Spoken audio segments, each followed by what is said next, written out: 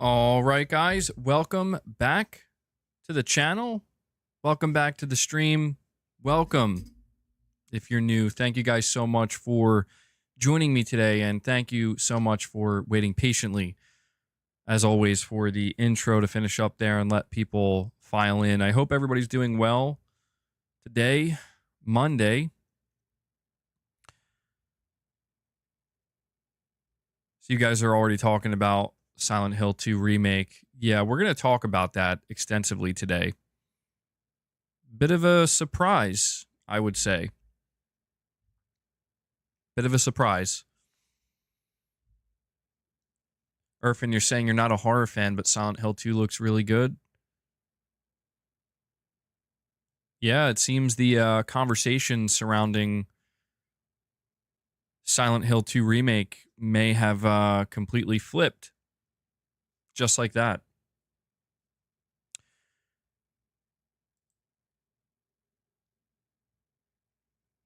Alex, you're saying you hope Gamescom brings some good stuff?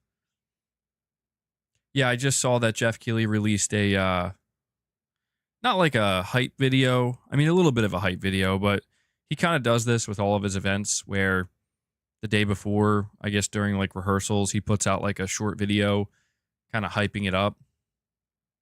And he emphasized special guests that are going to be there. And I'm just like, Kojima? But yeah, apparently maybe we can expect a PlayStation 5 game to actually show up at Gamescom tomorrow. No Luna? Luna's here. She's over there on the other side of the room on her favorite black chair. She'll come over at some point.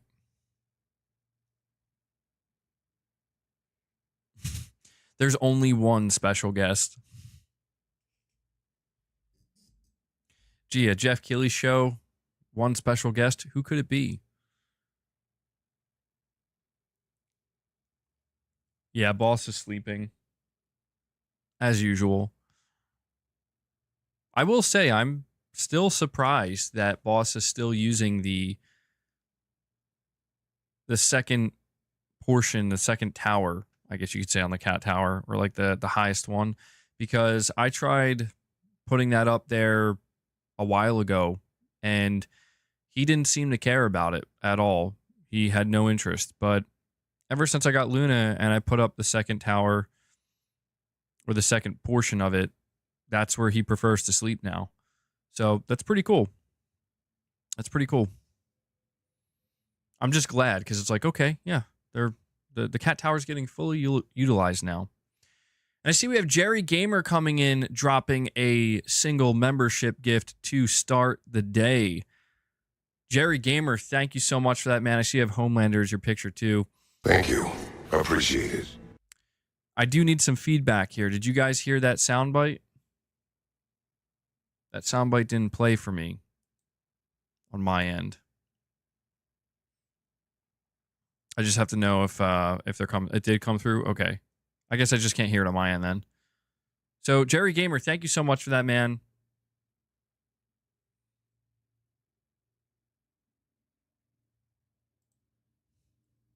I'm gonna take this opportunity to test something out as well. Give me one moment here, guys, and we'll kick this off. See if this works. There we go. Okay. All right. All right. So the sound bites are working. For some reason, I just can't hear them on my end. All right.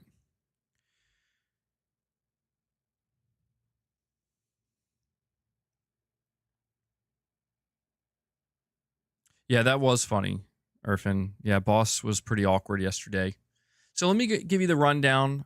We have over 200 people here now. Thank you guys for joining me. Here's what we're going to be talking about today. First topic, a PS5 game potentially being teased to show up at Gamescom tomorrow. We'll talk about which game it is and why I think there's a decent chance it will show up tomorrow. We're going to be talking about Silent Hill 2 Remake. The previews are out. And let me tell you, with my title, it says Silent Hill 2 previews shock. They pretty much are shocking people, because what everybody who previewed this game is saying is it's amazing. Like, it's actually incredible. And multiple previews are even saying that the level of quality with Silent Hill 2 Remake is just as high as what Capcom has done with the Resident Evil remakes. And I think that this is quite shocking because, again, it's Bloober Team we're talking about. Nobody has this type of faith in Bloober Team, and it seems like maybe this has ultimately been a marketing problem. They did make some tweaks and alterations based on feedback, but yeah, the previews for Silent Hill 2 Remake are extremely positive, like way more than I was expecting.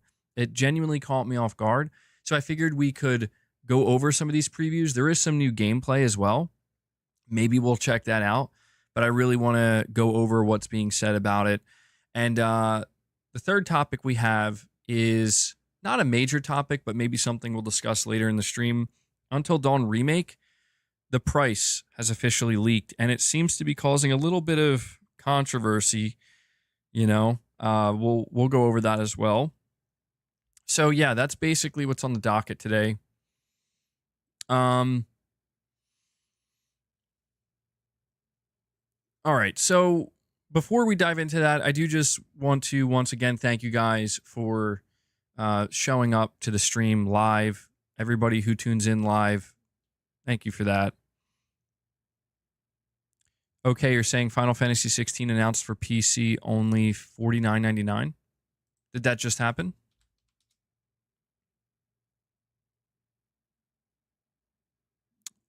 Oh, yeah, there it is. Final Fantasy 16 coming to PC on September 17th, Steam and Epic Games Store. And you're saying it's priced at $50. Yeah, that's good. That could do some big things for Final Fantasy 16. It being priced at $50. I'm assuming, is that going to be with the DLC? If that's with the DLC, that's a steal. I'll say at that point. I mean, $50 for Final Fantasy 16, definitely worth it. But if they actually package it with the DLC, that'd be kind of wild. You thought it was already on PC? No, they've been talking about bringing it to PC for a long time. They were just saying that they need more time to optimize it and get it good to go. So September. Yeah, that's a good time. 70 with the DLC. Okay, for the complete edition. That's still good. Yeah, that's pretty good. Yeah, I hope Final Fantasy 16 finds success on PC, man, because it seems like it did okay on PlayStation 5, but not like it didn't hit the type of numbers that I think both Sony and Square Enix were expecting. And it's an amazing game. So, you know, it releasing on PC, I hope it I hope it helps, man. I don't want Square Enix or the developers to feel discouraged about making, I don't know, like taking cues from Final Fantasy 16 when they developed Final Fantasy 17, because, I don't know, 16 was awesome. It did sell millions, yeah, but I think the expectations were just overall higher. Oh, interesting, Irfin. Okay, thank you for bringing that to my attention. Yeah, we're going to go over that as the first topic. Jerry Gamer, you're saying 50 is way cheaper than the PS5 launch. What the hell? Yeah, but you do have to take into account that, like, this is kind of par for the course here. If a game comes out much later on a different platform, it's usually going to come in a little bit cheaper. Because think about it, like, yeah, we did have to pay $70 at launch, but we got to play it like over a year ago. You know, we got to play it in the summer of 2023. I think it was like, what, June 2023. So when it comes out in September, that'll be like, you know, a year and a couple months later. So, you know, that's why a lot of people do sometimes wait to play games, because you can get them cheaper over time, even if they're not announced for that specific platform. We have Jerry A here with the super chat. Thank you for that, buddy. You're saying Blue Point Studios and Capcom have set the bar when it comes to remakes. I'll believe it when I see it from Bloober Team. Yeah, that's fair. That's definitely fair. I don't think anybody is expecting Bloober Team to reach those same heights that we've seen with Bluepoint and with Capcom and their remakes. But that's what makes me so intrigued about these previews is I expected the previews when we heard them for Silent Hill 2 Remake to be something along the lines of, it's pretty good, or, it's not that bad. Something along those lines. But instead, the previews are basically like, this is actually incredible. This is amazing. This is way better than I expected. And something else that's interesting about these Silent Hill 2 previews, a common theme, are the people who went hands-on with it and played it. They're saying that the marketing of this game did not do it justice. And that's interesting because Bloober Team expressed some frustration potentially with Konami earlier this year or maybe sometime last year, where they seem to be kind of hinting at the fact that they feel like when it comes to the trailers and the way they're, Konami showing the game, it's not really conveying, what I guess Bloober Team would like to be conveyed. So it's an interesting turn of events. But yeah, Jerry, I would say, I just saw Jerry Gamer and Jerry A. That's funny. We got two Jerrys here. I'm waiting for Tom something to super chat next or drop a gift next. But yeah, if you're still on the fence, there's nothing wrong with waiting. Seeing is believing, right?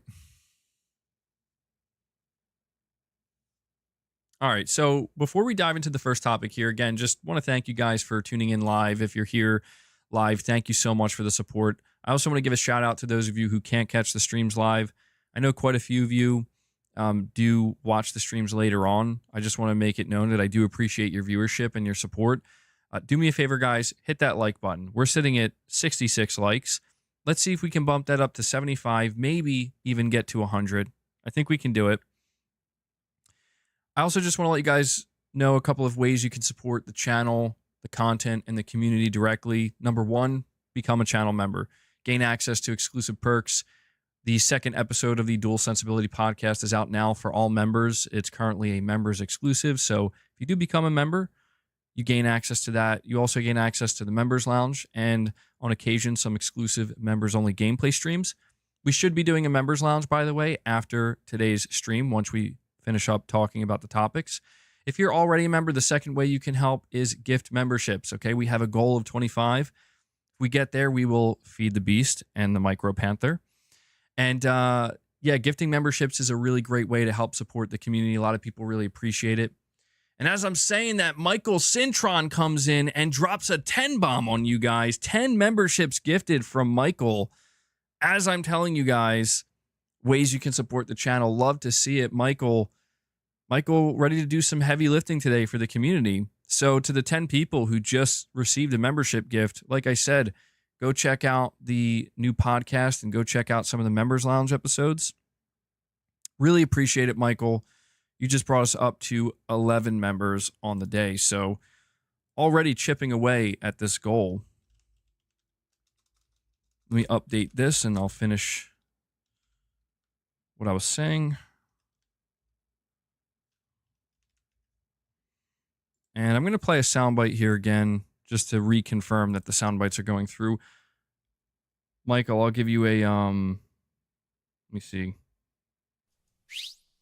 Let me know if you hear Snake. Kept you waiting, huh? It's so weird not being able to hear them. But yeah, thank you for that, Michael Cintron. I notice you are here relatively frequently gifting memberships, man. So I definitely notice it, and I appreciate that consistent support, bud. Was there echo? Okay. Hold on. Yeah, I might not be able to use the sound bites today. I think they might be kind of broken. There definitely shouldn't be echo. That's really weird. An echo and a delay. Okay. Michael says he heard it, though. Really quick, was there an echo and a delay on the first one? For the Kratos thank you soundbite? Because nobody said anything about an echo there. And we have a PlayStation Pete with a super chat saying, I'm more interested in a fun game, Astrobot, than a difficult game, Black Myth. 70% towards Stellar Blade Platinum. Well, yeah, man, PlayStation Pete, I think you're going to get that Platinum, bro. And I do want to say, I feel like you had that kind of approach to Stellar Blade where you were a little bit hesitant because of the difficulty. But here you are, man, 30% away from platinuming it. So, I don't know. I mean, Black Myth, I'll let you guys know my thoughts on it. I'm planning on playing it. I'm just waiting till tonight or maybe tomorrow. I want to see what people have to say about it. Make sure it's not like broken on PlayStation 5. And if it's not, if it's running good, I'm going to buy it. I'm going to play it. And I'll definitely let you guys know what I think of it. If it's really difficult, if it's challenging, I played all the Dark Souls games. I beat Bloodborne. I beat Elden Ring, Platinum Elden Ring. So, you know, I'll obviously compare it to that a little bit and let you know what the difficulty level is for what I play. But yeah, PlayStation Pete, Astrobot right around the corner. It is worth noting that these games are launching very close to one another, which makes it difficult.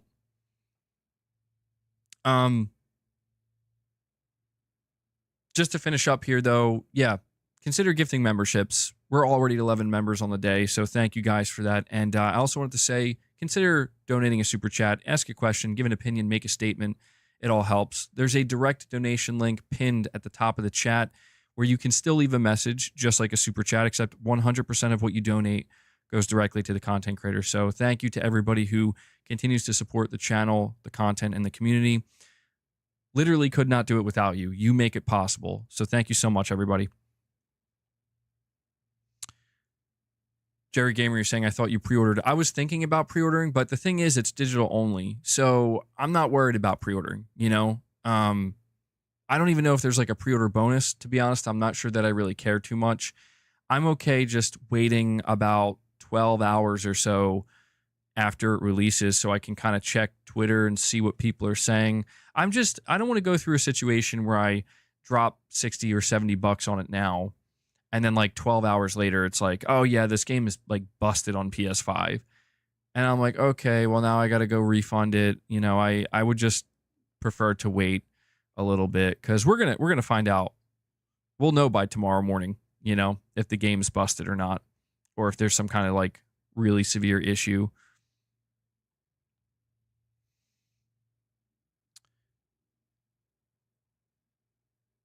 You have to work till nighttime, so you can't play it. Pain. Yeah.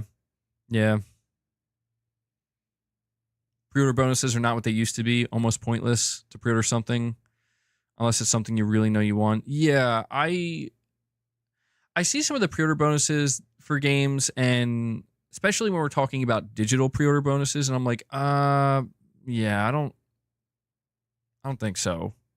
I'm good. It really depends, you know? Like, if it's something, like, truly useful and, like, maybe exclusive to the pre-order itself, maybe. But, yeah, Boss is wait. Dude, I swear, man, Boss wakes up every time we get, like, close to the halfway mark of the goal. Like, we're at 11 members, which isn't quite halfway, but very close to it. Every time, man, he wakes up. It's like he knows. Nasim, a member for 8 months, says, hi, MBG. I hope you and your family are well. Thank you. We are doing well. I hope you and your family are doing good, too. You're saying, do you think Abandoned will rise from the ashes at Gamescom? LOL. Oh, man. Yeah, how funny would that be? Jeff Keighley comes out and says, we have a special surprise, a special guest, Hassan Karaman, and then Kojima just walks out on stage. Abandoned is actually my third game that I'm making. That would be the best thing ever. No, in all seriousness, Nasim, no, I think it's safe to say that whatever that was is not real. And it was definitely just a weird situation that got way out of hand. And, you know, I wouldn't be surprised if like years down the line we find out it was some kind of like failed marketing campaign or something that just went way wrong. It could be something like that, but they just never said anything about it. But right now it's like, yeah, it's, you know, it's interesting though. What's really interesting is when you think about it, though, the two topics we're talking about today, right? We're talking about Silent Hill 2 Remake. That was like one of the biggest things surrounding the blue box situation was Silent Hill. Is Silent Hill coming back? Is Kojima involved? So we're talking about that. And we're also talking about Kojima's new game, Death Stranding 2, being at Gamescom. So it's funny. We're not talking about blue box. We're not talking about Abandoned, but we are talking about these two things that were, very much linked to that situation. Yeah. Yeah, Irfan says, dude, the freaking app is still there. Yeah, you can still download it, man. You can still download it, which is quite wild to think about. So thank you for that, Nassim. We have Josh here we have Lucas first here with the $2 super chat. He says, the new Silent Hill trailer looks so good. Yes, I did watch it. Maybe I'll play it on stream here, maybe without the audio, only because I don't want to risk getting any type of audio copyright. But yeah, there is a new trailer on the PlayStation YouTube channel for Silent Hill 2 Remake, and it is by far and away the best trailer they've released so far. People were leaving comments basically saying, you should have made this the first trailer you ever revealed or put out there. If you did, the hype would have been through the roof, because there's just something about this trailer that seems to really do a great job at capturing the essence of what made Silent Hill 2 so great. And it, visually speaking, it looks very good too. So yeah, there's a whole new gameplay segment that they released as well, like 30 minutes of gameplay. So if you haven't seen the trailer, highly recommend it. I watched it like 2 times. I'm like, yeah, this is really good. Ragu Bagu says, I will never forget the MBG Abandoned streams. Legendary streams. We have Josh here with back-to-back super chats. Thank you, buddy. You're saying, I'm excited for the Pro, but it is funny talking about the potential of how good games could perform on it when I'm playing Ragnarok right now, averaging 80 frames per second on Valhalla, and it looks drop dead stunning. And you say here with a follow-up super chat, I also jumped back into Resident Evil 4 PlayStation VR 2 in months and tried it with the Explore earbuds combo. So much more comfortable and lighter. So fun, man. Always a treat. Yeah, well, when it comes to what you're saying about talking about performance on the PS5 Pro, but playing Ragnarok at 80 FPS, that's what I'm interested in finding out with the Pro, right? Like, I think the idea is Ragnarok was still technically a PlayStation 4 game, so of course maybe it could get more performance out of the PS5 and the overhead.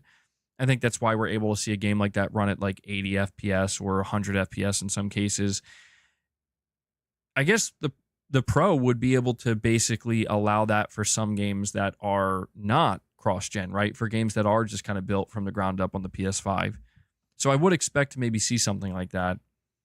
But yeah, getting back into Resident Evil 4 on PSVR 2, I think it's safe to say that that was the best PSVR 2 game I played. I got I think a third of the way through the game.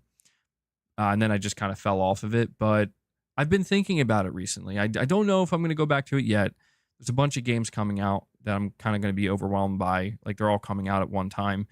But at some point, I'm going to get back to PSVR 2. And I was looking on the PlayStation Store and I was looking at the pre-orders. Arizona Sunshine Remake. Now, I know there's a sequel, but now there's a remake of the first game. I don't know. It just kind of caught my attention. I wasn't expecting that. I don't know if anybody's played Arizona Sunshine. Anybody here hyped for that remake? Just something that caught my attention. The Drumman77 says, hello, did you see my question, MBG? I've been getting overlooked a lot lately.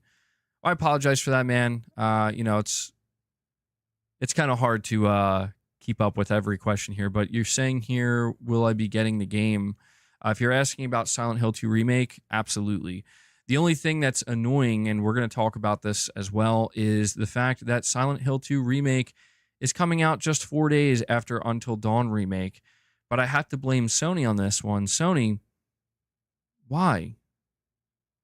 Why? Why are you releasing Until Dawn 4 days before Silent Hill 2? You have the entire month of October. Why the same week? Why so close? It's completely unnecessary. You're making people choose. Until Dawn and Silent Hill 2 Remake are in the same genre. Why make people choose? I don't understand. A little bit frustrating because I want to play both. And that's what stresses me out, is it's like we go all year talking about these games, multiple years talking about these games. It's like, oh yeah, they're going to drop at the same time. It's like, oh, okay. Wasn't planning on playing them like at the same time, you know? And they're 2 remakes. Yeah, they're literally the same genre of game, same type of game being a remake. Sony, come on, man. Come on. And yeah, I do think Silent Hill absolutely has the advantage here. If people are trying to choose, like, am I going to buy Silent Hill 2 Remake or am I going to buy Until Dawn Remake? I think, yeah, it's safe to say Silent Hill absolutely has the edge here.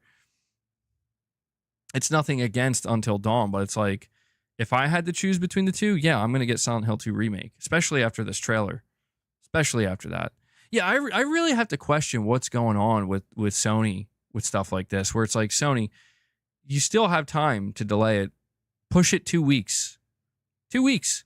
2 weeks makes all the difference. I don't know why they would choose to do that. It just feels like they're purposely damn near trying to set the game up for failure. Or maybe their expectations are just that low where they're like, we just don't care. I don't know. But Josh, thank you so much for the super chats. Hold on one moment here, guys. I have to grab something.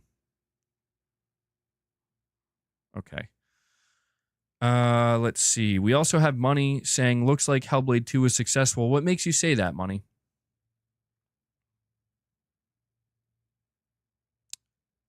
If you're able to, try to give me a little bit more context here. Because I haven't seen anything about Hellblade 2. Like, did new info just come out about it or something? Brandon Martin, a member for 8 months, says, just beat Final Fantasy 16. What a fantastic game, and I'm looking forward to getting into the DLC story. Yeah, I haven't played the DLC, but I did platinum Final Fantasy 16. Amazing game. Yeah, incredible game. Boss battles, truly memorable. Truly some of the most memorable boss battles ever. Really enjoyed it. Wasn't a perfect game for me, but thoroughly enjoyed my time with it. Ninja Theory put out their financials. Wait, they put out their financials separate from Microsoft? Is that even a thing? Let me check real quick before we talk about Gamescom. Hellblade 2 news.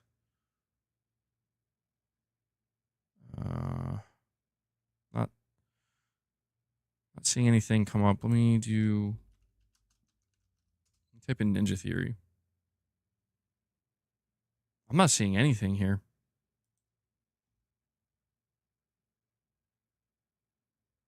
Huh. Check Twitter before we move on here.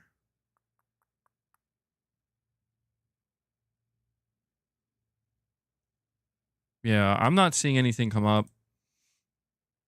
Maybe it's something I missed.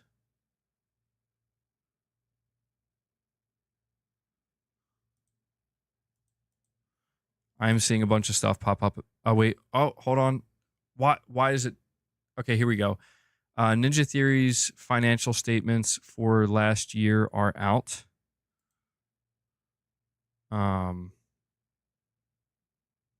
Gross profit. Wait, though, if it's for last year, somebody says, I guess the takeaways are that Hellblade 2 had a successful launch and turnover increased. Hellblade 2 made the studio $3 million. Interesting. Well, I mean, here's what I'll say in regard, because I'm just coming across this now. here's what I'll say.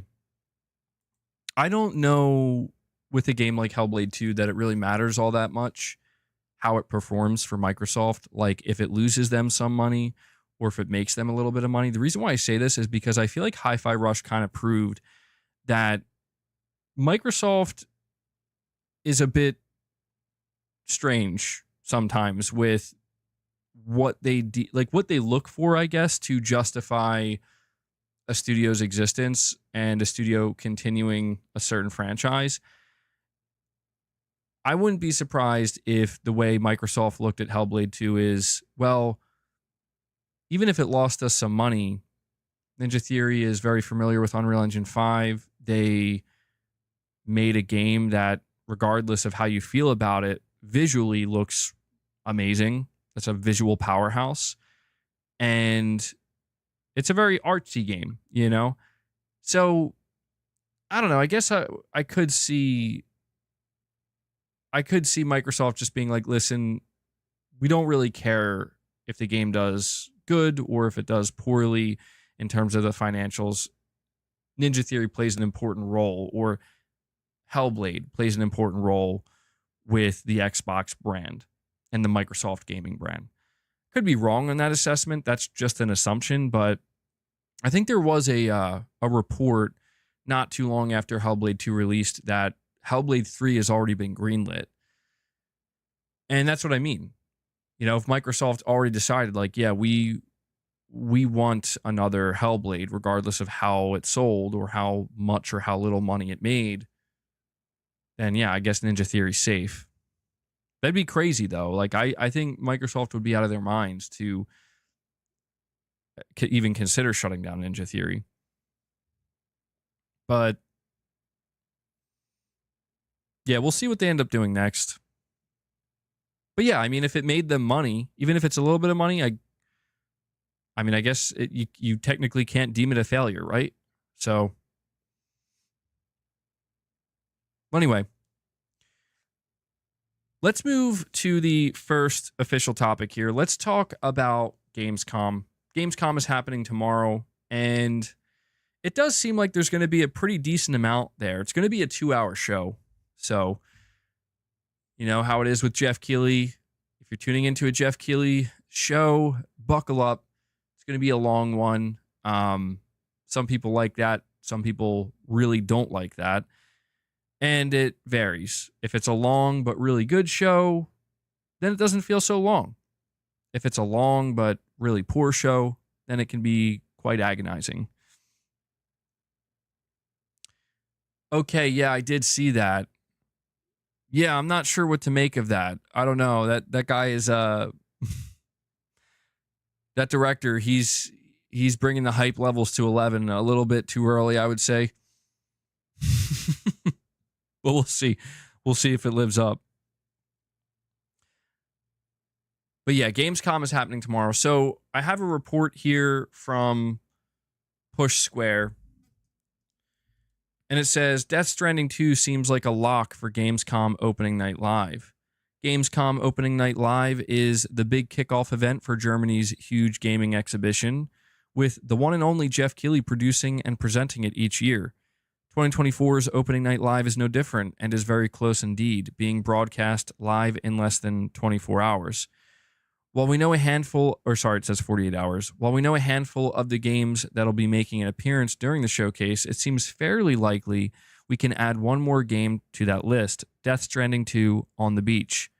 While nothing has been officially confirmed at the time of this writing, Hideo Kojima, spearheading work on the sequel at Kojima Productions, has been dropping some hints lately, suggesting fans should tune in to Opening Night Live. Most recently, he has shared a new image on social media teasing an unknown performer for Death Stranding 2. Given the timing of the teaser, which Jeff Keighley also retweeted, we imagine we'll learn who this is during a new trailer shown during Gamescom. Additionally, Hideo Kojima has retweeted Jeff Keighley's own post about Opening Night Live, and there's also this, in which he appears to be reviewing/editing footage, maybe for a new trailer. Given all these little teases, it feels to us that Death Stranding 2 will be shown off during Gamescom Opening Night Live.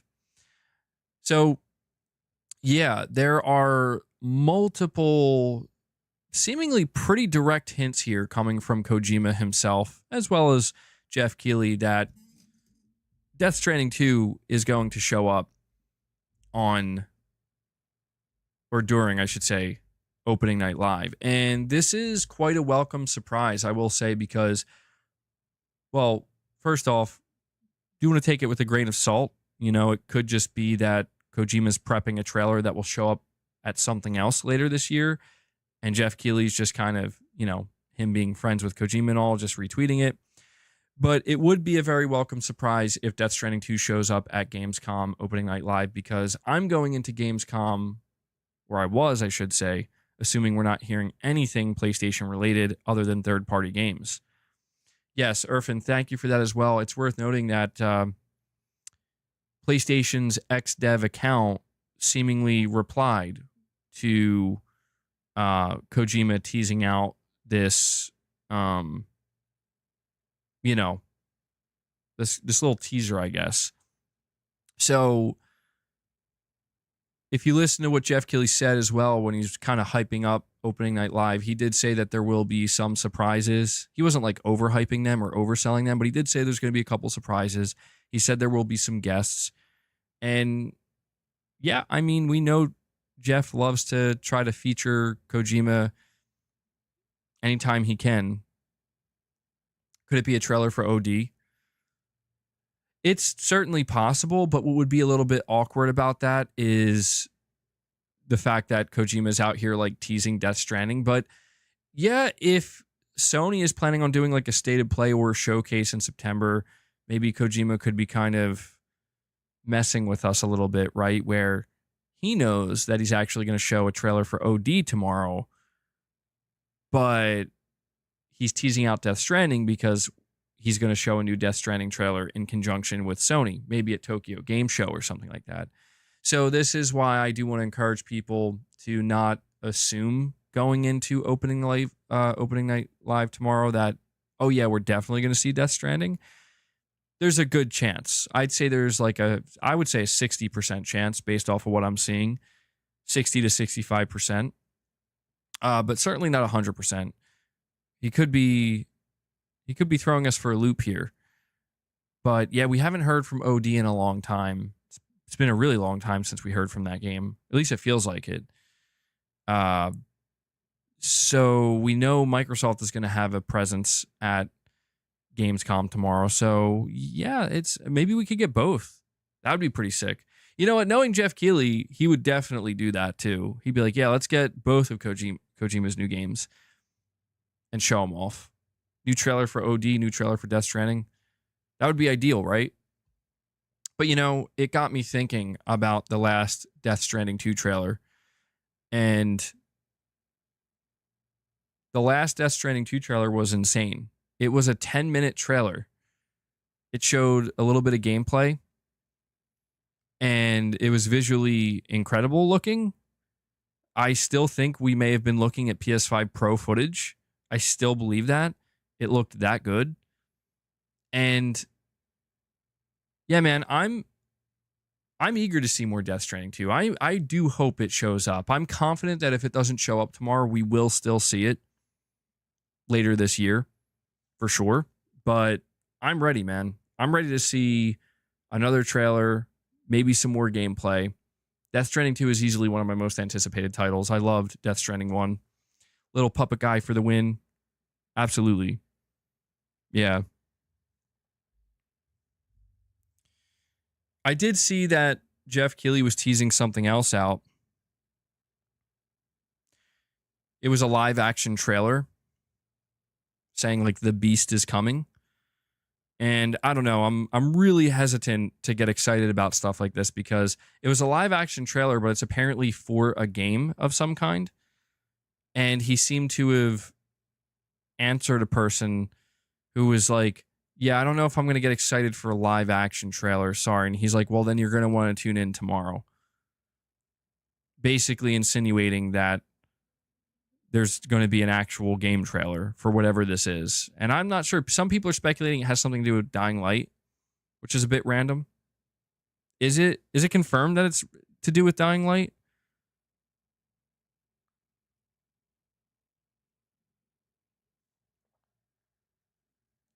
Dying Light DLC. Oh, that's a little awkward. No offense to Dying Light, but man, you always got to worry. Things getting overhyped.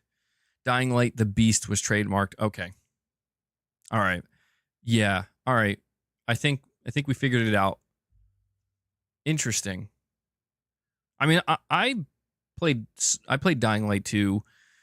Didn't play it for too long. I did mostly like what I played of Dying Light 2, but I felt like it was a bit of a step back in some ways compared to 1. But I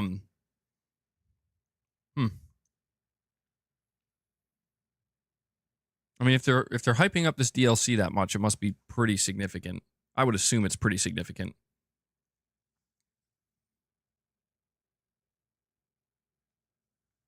Did we figure out why the light is dying?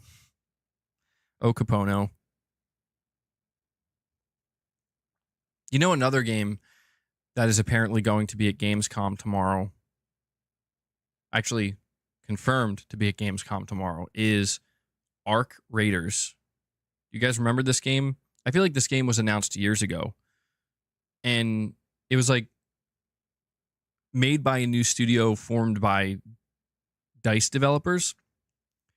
And it looked pretty good, like what they revealed, but we haven't seen anything since. So I'm actually kind of interested in this Arc Raiders game showing up tomorrow. Yeah, I'm going to laugh when Sony just reveals the PS5 Pro tomorrow during Gamescom, just super casually. They just drop like a minute-long trailer introducing the PS5 Pro. Pre-orders begin September whatever. And then they just drop a blog post. The only reason I'm saying that is because one of the things I do distinctly remember...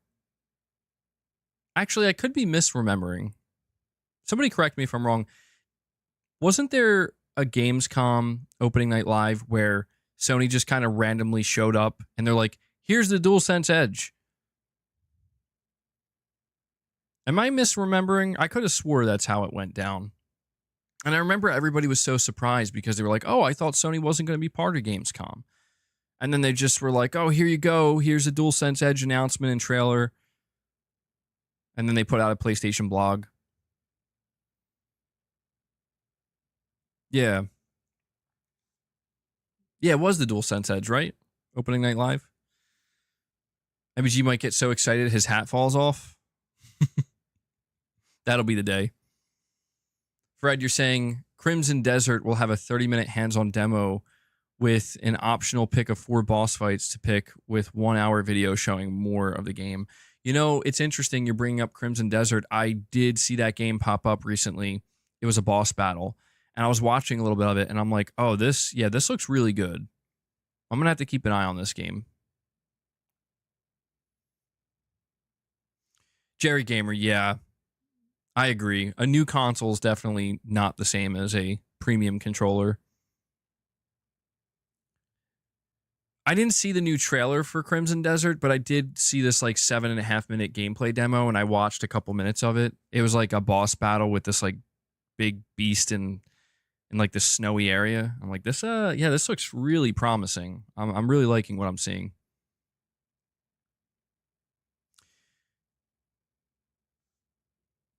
Jay Remy says, will you still buy Black Myth Wukong on PS5 if that version is unable to successfully render realistic? I almost read it. Wow, dude, you almost got me. You almost got me, Jay. I thought that was a real question.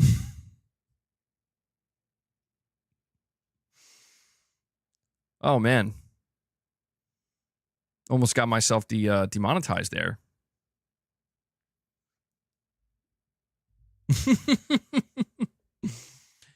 Shadowlink saw it.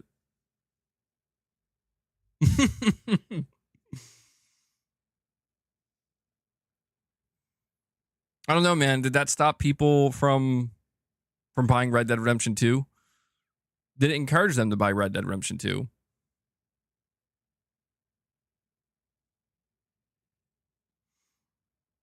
In all seriousness, I am curious to see how Black Myth runs on PS5 because I'm telling you, man, there's a lot of nervousness.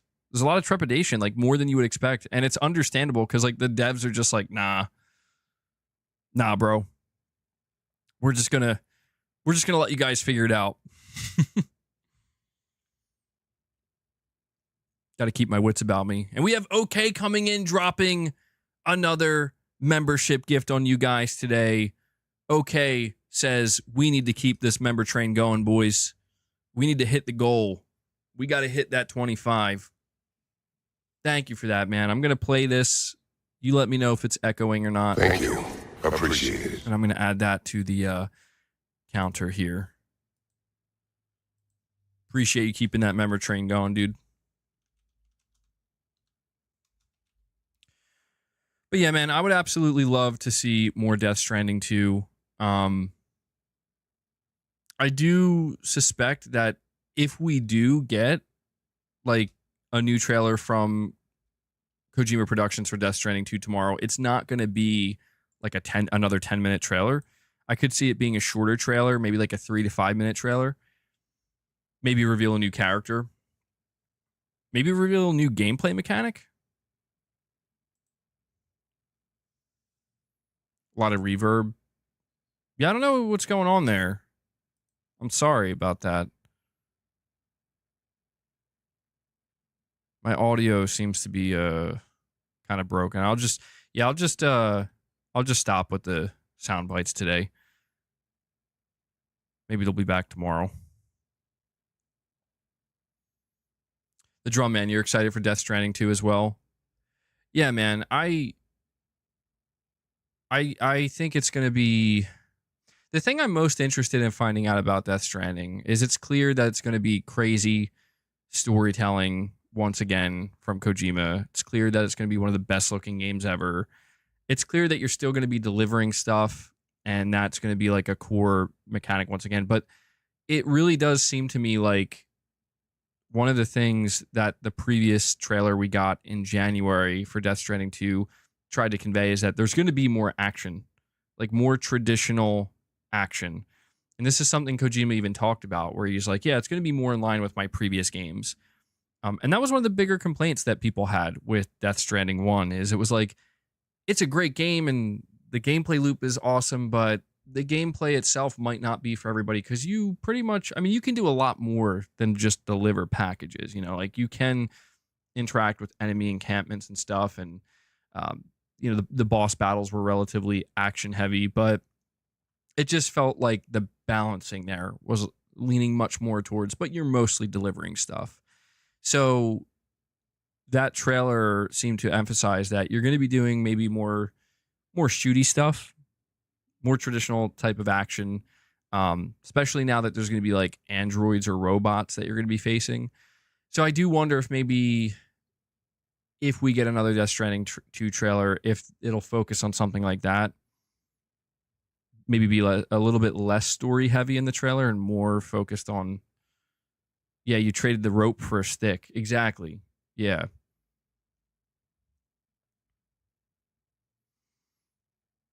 Yeah, the story for Death Stranding 2 looks like it's going to be just totally out there in hopefully the best possible way. If PlayStation shows a new Death Stranding 2 trailer at Gamescom, it decreases the likelihood of a showcase. I'm not so sure. I mean, I guess you're right in a way, because it's like one less thing potentially that could show up at a showcase, but I also kind of view it as like, well, it is possible that if Sony's doing a showcase in September, they're like, well, we really don't need Death Stranding 2. You know, like we showed it off a few times already. We showed it already at the beginning of the year at our State of Play, so it's like it's okay if it doesn't turn up here.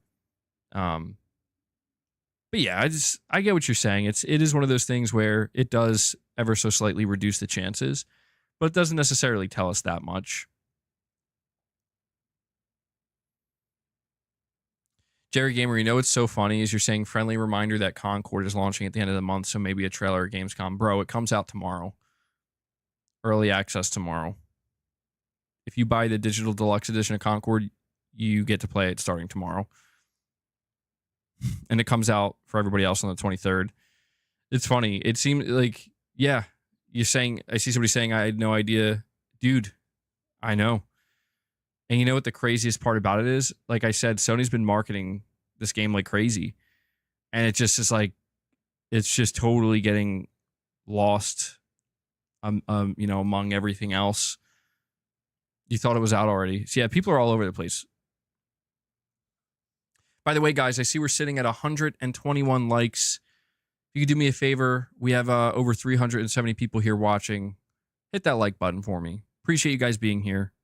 See if we can get to 150. Definitely helps out the streams. I remember that, Capono. I should stop saying things like that. I really should stop saying things like that. Yeah, we talked about that. Final Fantasy 16 coming to PC in September.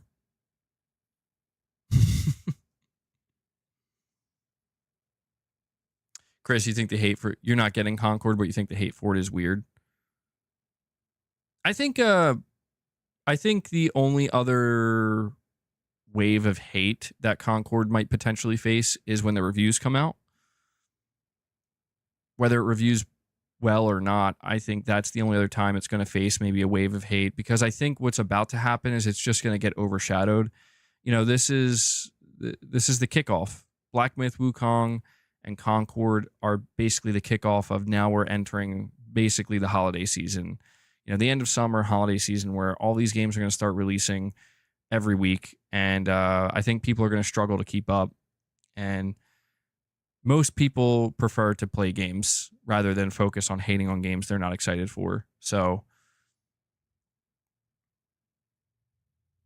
but I mean, I understand why it's getting a lot of the hate it's getting. It is intense, I will say. Like, some of it is more intense than you would expect. It's just so strange to see like the comment sections on the trailers for the game. Like, I've just never seen a PlayStation game featured on the PlayStation YouTube channel getting that type of hate. I'm like, this is truly unheard of for Sony, from what I can tell. But, the thing that'll be interesting to observe with Concord in a more objective way, not so subjective, not so much opinion based. It'll just be interesting to see, like, will it establish enough of a core player base that will stick around to justify its existence in the eyes of Sony? Like, how long will this game last, essentially? That's what I'm interested in finding out. Just because, I don't know, man.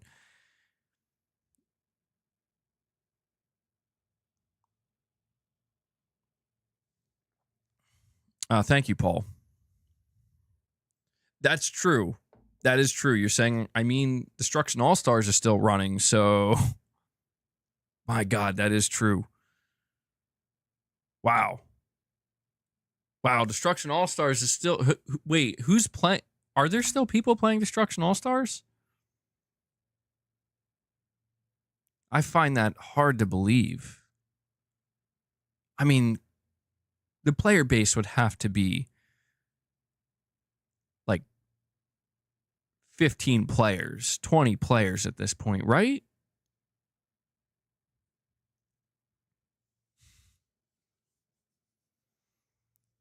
Yeah, I will say, though, that's a good point. Concord could show up tomorrow at Gamescom. I could see Sony wanting to push out one last trailer in front of a lot of people, in case they weren't aware. But yeah, obviously, we would prefer... I would prefer Death Stranding 2. It's like the only thing Sony shows up with is Concord. That would be funny. I mean, look, realistically, though, here's what Sony should show up with. If we're talking about realistically what they should show up with, well, they got 4 games coming. They got Concord, they got Astrobot, they got Until Dawn Remake, and they got Lego Horizon Adventures. So if I'm Sony, I'm certainly going to show a trailer for at least at least 2 of those games. At least 2. We just got a new trailer for Until Dawn. So I'm going to say that's not going to show up. Concord is literally releasing tomorrow, early access. Maybe it's not going to show up. We should get a new trailer for Astrobot, and we should get a release date trailer for Lego Horizon Adventures. That's separate from Death Stranding potentially showing up. But if you're talking about Sony and they're, realistically marketing the stuff that they've already announced, I would at least expect at the bare minimum a Lego Horizon Adventures release date trailer at the bare minimum, because that game is scheduled to come out this year, and it's the only one right now that doesn't have a release date. Blue Point Games, no, definitely don't expect that. Yeah, I would expect to hear nothing from any of Sony's internal first-party studios in terms of new announcements. Jerry Gamer, you're saying nobody cares about Lego Horizon, it seems. Yeah, there doesn't seem to be a whole lot of excitement for it. I wonder if it could be a failed experiment for Sony. Because the whole idea with Lego Horizon is Sony wants to expose the Horizon universe to a different demographic of gamers, presumably younger gamers or more casual gamers on the Switch. But it could be a sales flop. I mean, it is Lego, so it has that going for it. But if it were to be a sales flop, I guess maybe it would be a failed experiment for Sony. That's a good question, Joshua. Insomniac showing up with Spider-Man 2 DLC. Yeah, it's a possibility. That's another one of those things that is possible. I mean, we talked about the idea of Sony doing a State of Play or a showcase in September and how, maybe that's what they've been saving the DLC reveal for. But Gamescom could be a place for that to show up, certainly. Rudy, you're saying nobody really cares about any of these PlayStation games. Even Astro won't sell. I think Astro has a pretty decent chance of selling better than maybe some people expect. Certainly not like a 10 million seller, but I think it could hold its own. Okay, you're saying hot take, Lego Horizon will be one of PlayStation's best-selling games of the year. That would be a surprise, I would say. That would be a surprise. At least I think it would be, because, I mean, well, it would be like somewhat surprising. It would, because I do keep forgetting that it is releasing on Switch. So it has a bit of an advantage there over, say, something like Astrobot. Like Astrobot isn't releasing on Switch. So yeah, it would certainly be an interesting outcome for Sony, right? If that's what happens. Like, imagine Lego Horizon sells amazing on the Switch. A question I have is, could it sell better on the Switch than the PS5? That would be a hell of a situation. It's possible. It's certainly possible, man. Oh, you know what? Lego Horizon Adventures isn't releasing on PS4, is it? So it is PS5 only in this case. Yeah, I think it's going to, actually now I do think it's going to sell better on Switch, because the Switch install base is what, like 130 million now or something, some crazy number, right? Just like some crazy high number. More than double. More than double of the PS5s.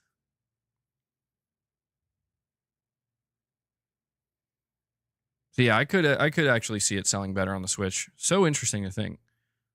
Oh, really? It's over 140. Oh yeah, 141 million. That's nuts. That's actually insane. Yeah, why do I feel like Sony's gonna be like, yeah, we gotta keep bringing games to Switch now. Any game we can. Did you talk about the Kojima tease for a new Death Stranding 2 actor? Yeah, I don't know who this actor is. I did see some people throwing out the name of a Japanese actor. I'm not familiar with this actor, but some people seem to have pinned down who's being teased out right now. Am I getting the Astrobot DualSense?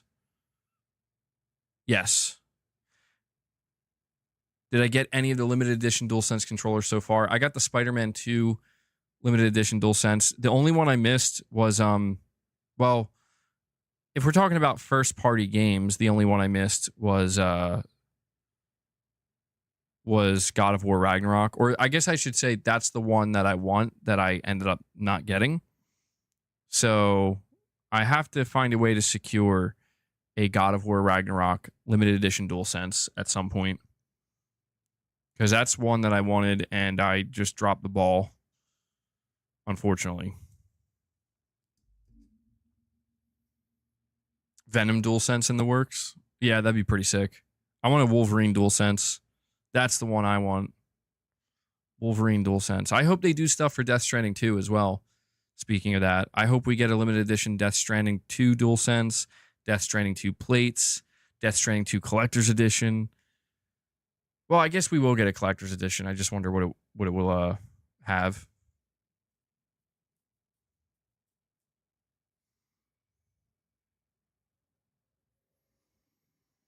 But yeah, I guess to kind of wrap up this topic before we move on to talk more extensively about these Silent Hill 2 previews, kind of shocking everybody. Yeah, seems highly likely that Death Stranding 2 is going to show up tomorrow at Gamescom. So I will be streaming Gamescom tomorrow. So make sure you stop by, come hang out for a little bit. We'll watch it together, react to it together.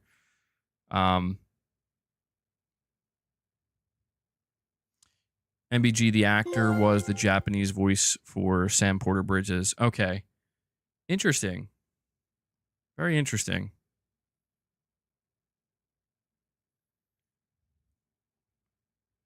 But yeah, we'll see what Sony decides to maybe bring to Gamescom tomorrow. What time is Gamescom? So for me, it'll be 2 p.m. Eastern time.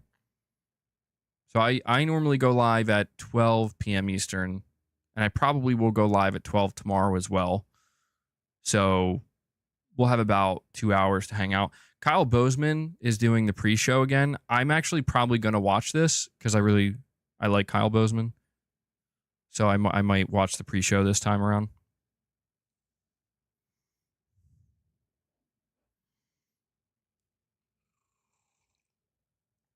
Yeah, that's true. Delta Force could show up. SB Digital says, thank you for this YouTube channel. The industry needs more channels like this one. Oh, I appreciate that, man. I appreciate that. All right, so we'll move on to the next topic here and talk about Silent Hill 2 previews shocking gamers, shocking the fan base. Before we do that, I want to ask you guys to please hit that like button. We're sitting at 142 likes. We're very close to hitting 150. Let's keep pushing that. See how far we can go. All right, so I have a write-up here from VGC. Silent Hill 2 Remake appears to be winning over fans based on YouTube response. The Silent Hill 2 Remake appears to be winning over fans who may have previously been unconvinced by its quality. VGC analysis of trailer likes and dislikes on YouTube suggests that the game, which had been dividing opinion for a while, is now building positive momentum just 7 weeks before its October 8th release. When Bloober Team's Remake was first announced, its first teaser trailer was received extremely well, with YouTube viewers giving it 314,000 likes versus just 8,200 dislikes, around 97% positive. However, the publication of an infamous combat reveal trailer back in January caused some fans to turn on the game, resulting in only 59% total likes. Response to the trailer was so divisive that Bloober Team's president stated that the trailer didn't reflect the spirit of the game, saying Konami was responsible for marketing and promising that, quote, when players see the real gameplay, the real game, they will judge it in a completely different way End quote. These promises did nothing to change the game's downward momentum, and when another 13-minute gameplay trailer was released in May, it received an even lower like/dislike ratio of 53%. Today, though, it appears that Blooper Team has managed to turn things around. A new story trailer posted today currently has 17,932 likes versus just 668 dislikes, overall positive of 96%. While some could say the figures simply suggest the story trailers for the game do better than the gameplay trailers, VGC's own 27-minute gameplay footage currently sits at a 97% positive rating. So I wanted to first put this out there that, yeah, the momentum for this game is seemingly beginning to turn around and go in a positive direction. The second thing I want to point out is the fact that they highlight here, it's not just like the positive momentum that's being garnered for Silent Hill 2 Remake right now is not just focused on the story trailer that just released, but also the 30-minute gameplay segment.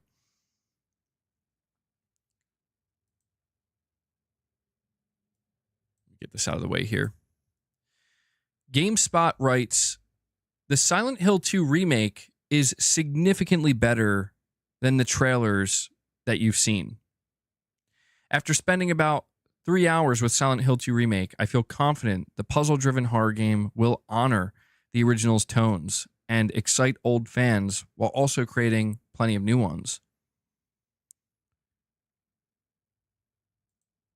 Another headline here from PC Games N says, Silent Hill 2 Remake is so much better than you've been led to believe. I went into my hands-on preview of Blooper Team's Silent Hill 2 Remake a skeptic, but after 3 hours, I left struggling to find any fault. The next headline from VG247 reads, I'm as shocked as you. Blooper Team's Silent Hill 2 could be the grand remake we've all been hoping for. Blooper Team has done an amazing job recreating Silent Hill 2 so far, turning my low expectations completely on their head. Games Radar Plus, they say, I played the first 5 hours of the Silent Hill 2 Remake and was pleasantly, if not cautiously, surprised. With one foot in the past and another in 2024, Silent Hill 2 Remake is squaring up against its biggest challenge, balancing the two. VGC says, hands-on, Silent Hill 2 feels like it's getting the Capcom-style remake treatment it deserves. Blooper Team's remake nails the atmosphere of the original game. So these are just some of the headlines that are being written about Silent Hill 2 Remake based off of previews. And this is very interesting to me because, yeah, man, it seems to be the polar opposite, essentially, of what many people have been anticipating or expecting, right? I mean, people were not happy about that last gameplay reveal. People were not happy about the last couple of trailers. But today they released the story trailer. It seems way better than any of the previous trailers they released. But more importantly, people who've went hands-on with the game are saying, like, wow, actually, this is turning out to be really good. Like really faithful to the original, which is really reassuring to hear. Because I think that was kind of like the biggest thing is like, oh no. One of the most important things that I want to point out here is apparently Blooper Team has been listening to the feedback that people have been giving about the way characters look, the face models, and how like they seemingly started to go in this direction where they're like, guys, you're getting like way too far away from the originals. And apparently they're going, like, they've been taking that feedback in stride and actually like changing it. I was seeing some comparison shots today and I'm like, okay, that's smart. Like, see, it's kind of funny how it's like, if you listen to what gamers are telling you, you know, and you listen to even if the feedback's a bit negative, but you listen to what people have to say and you maybe, you know, start tweaking some things. I think that goes a long way. BGC says modern remakes of classic survival horror games have a gold standard. Capcom's remake of Resident Evil 2 It'll be great. It'll be a great relief to Silent Hill fans then that we were quickly reminded of the current standard bearer as we played the Silent Hill 2 remake for the first time. Blooper Team's take on the game essentially serves two purposes.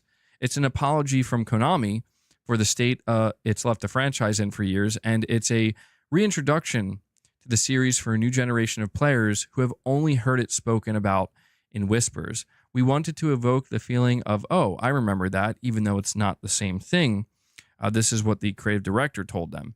It plays differently, it's structured in a different way, but what counts, in our opinion, is the moment that players think they are playing the original because that's what stays with you.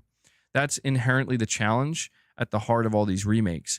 Do you make something structurally the same, but guised up with a modern aesthetic or to modern standards?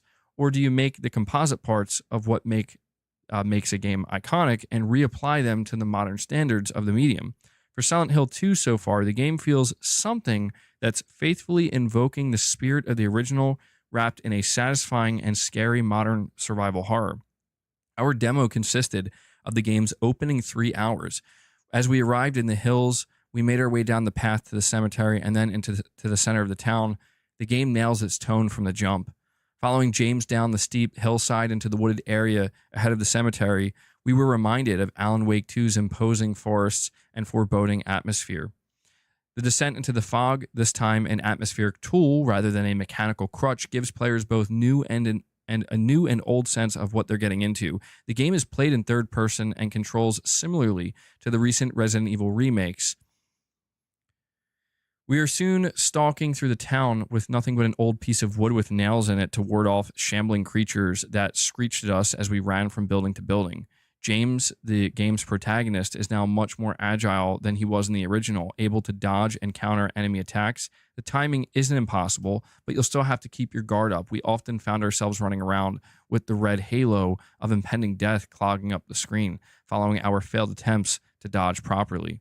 While Silent Hill 2 nails the tone of the original, we were somewhat worried beforehand about how some of the original scares would translate into the modern era.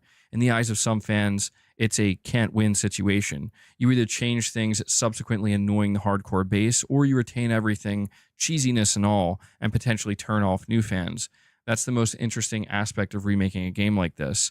In the original, the fixed camera allowed the developers to hide threats. Not only this, the old era of consoles didn't have the power to show all the things that exist in the space. A big part of the horror was created in the player's mind, so recreating that feeling was a challenge. We needed to expand on the design of enemies. Mannequin, for example, has more mechanics. She can hide. She can surprise the player. Can she ever? It's an undefying... it's a... What is that word? I don't know what that word is. Experience getting caught by a jump scare in the middle of a packed room with other journalists playing the same demo. But more than once, we were caught on the back foot as the mannequin charged out of a dimly lit cupboard at us. Every room we entered in the highly detailed complex features... hold on. I'm sorry. I'm getting like pop-ups like all over my screen here. Okay. Every room we entered in the highly detailed complex featured at the end of the demo was filled with misdirects and places for enemies to hide, even in rooms in which it felt like we could trust that we were alone. Every decrepit wardrobe or jacket hanging on the coat rack had us on edge. We mentioned at the beginning that Silent Hill 2 is not only a remake for hardcore fans who have been left out in the cold for years, but it's also an introduction to the series for a new generation. With that in mind, there will probably be more than a few players asking if they need to play the non-existent Silent Hill 1 remake before diving into this.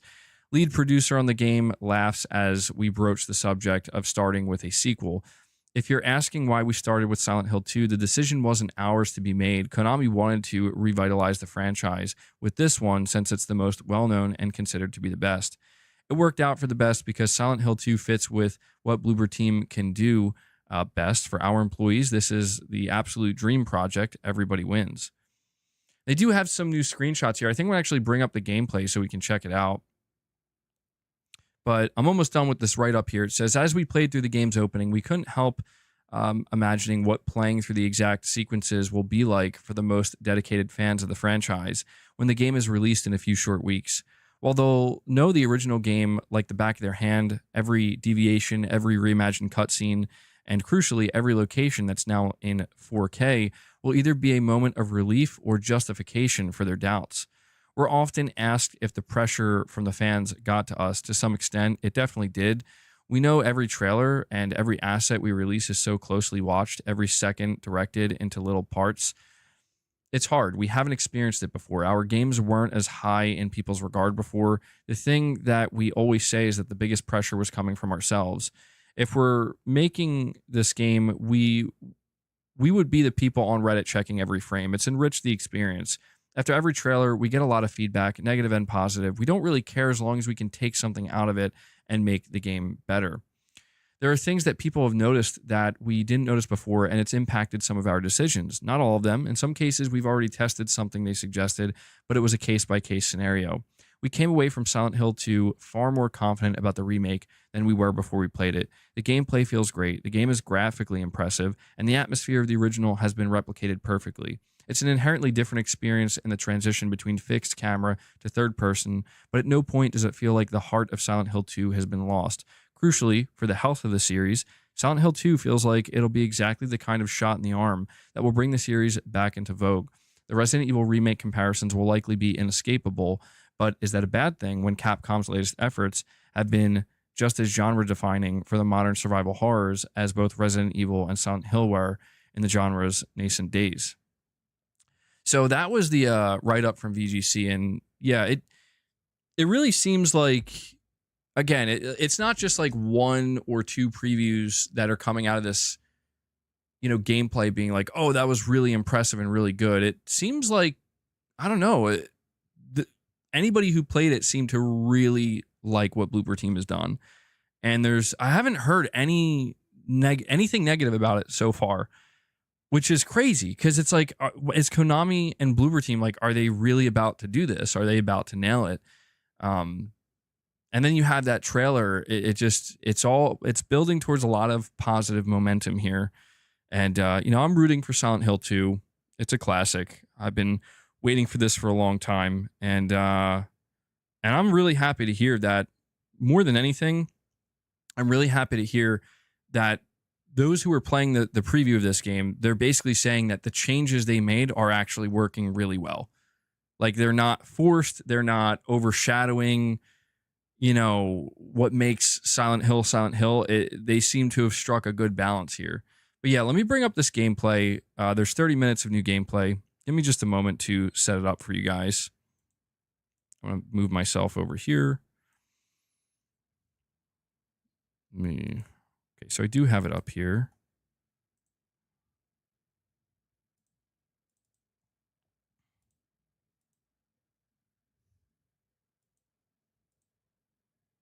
And let me just make sure the audio is on.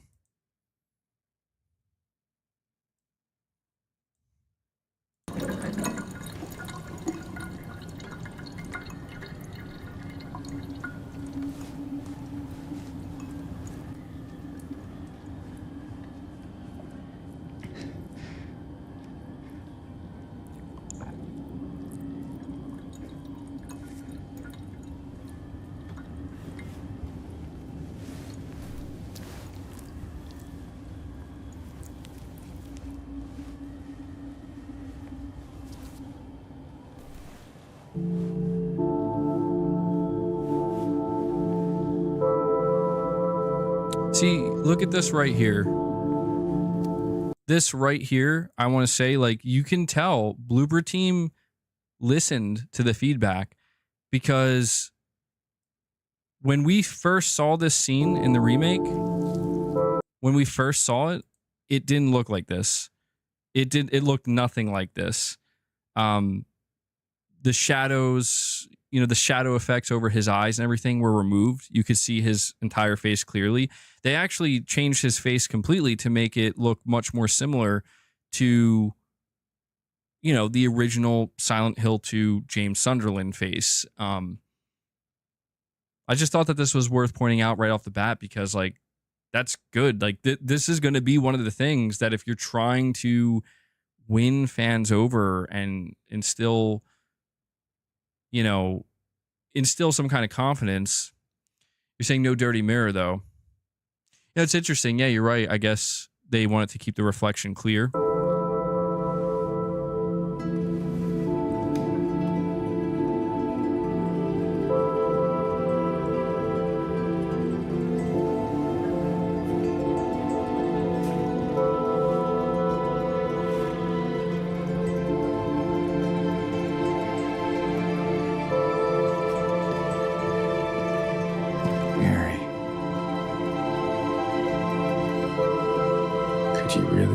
Town.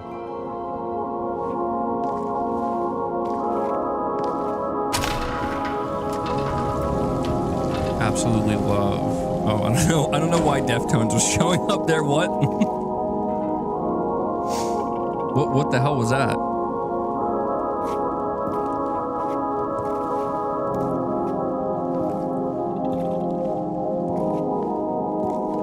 That was really weird. I don't know why that was there. You think he still looks like Leon? In my restless dreams, I see that town. Silent Hill. You promised you'd take me there again someday. But you never did. Well, I'm alone there now. In our special place. Waiting for you.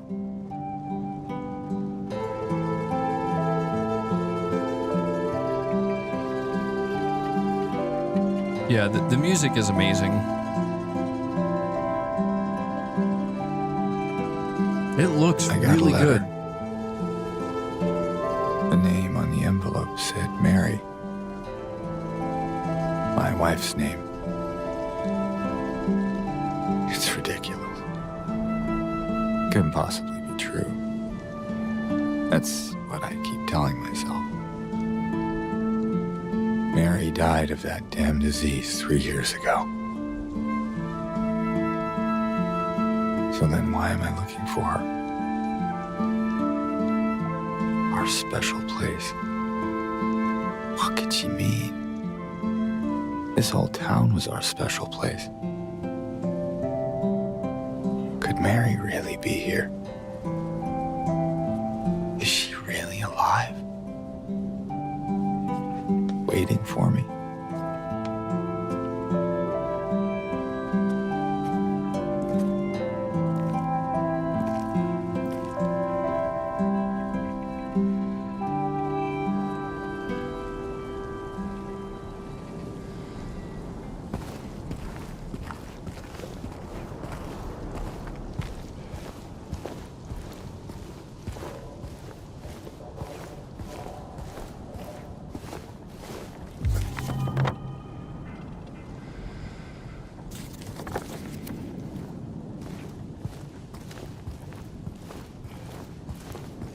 I do gotta say, man, like, I'm really liking the way it looks graphically. It's looking very good.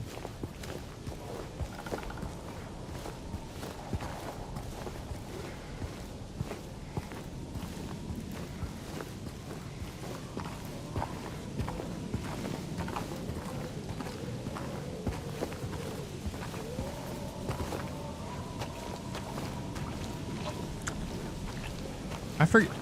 They did confirm that they developed this in Unreal Engine 5, right?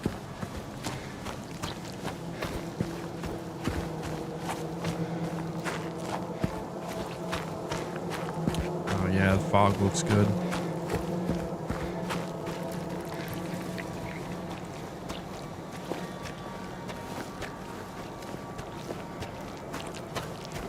Saying where's the fog? I mean, I see it now.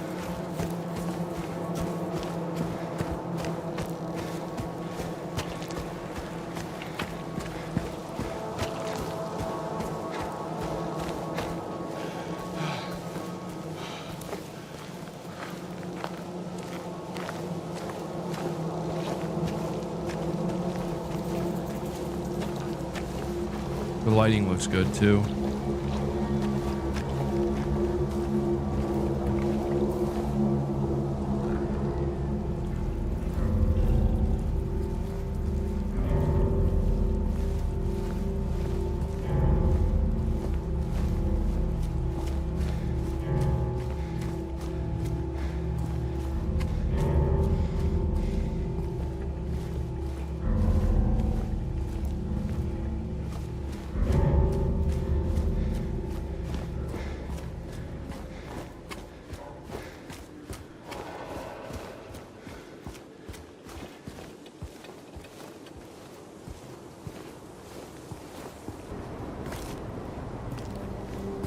They did confirm, by the way, there will be a 60 FPS mode on PS5. I forgot to mention that.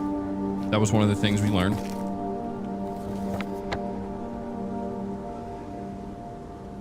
Yeah, it's not a Souls-like.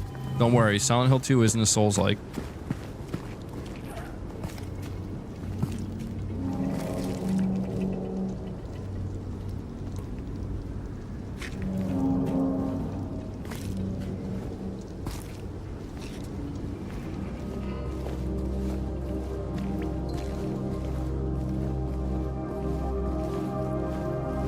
Saying hopefully PS5 Pro enhanced. This game would look really good if they could get a PS5 Pro version out whenever that console drops. I feel like you could definitely get some maybe ray tracing going.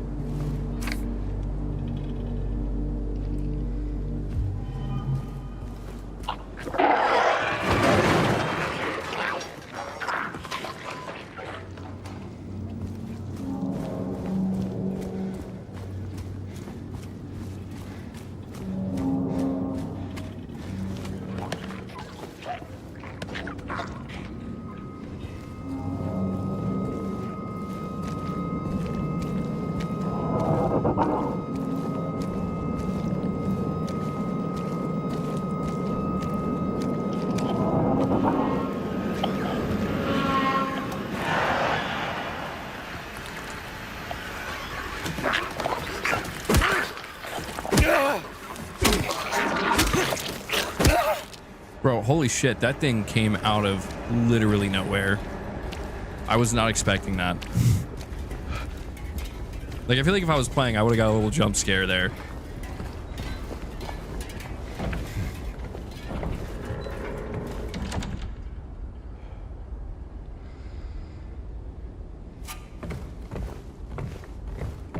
Am I playing Black Myth Wukong tonight?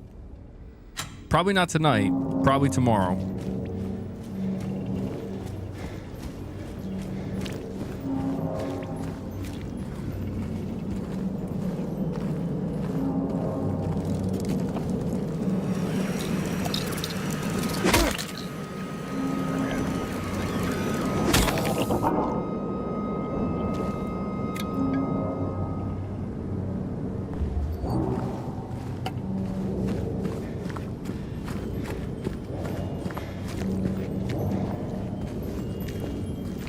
The animations are looking better. Yeah, I don't know, man. I just feel like so far this is like the best presentation they've shown. It looks real. Like, I'm actually pretty impressed with the way it looks overall.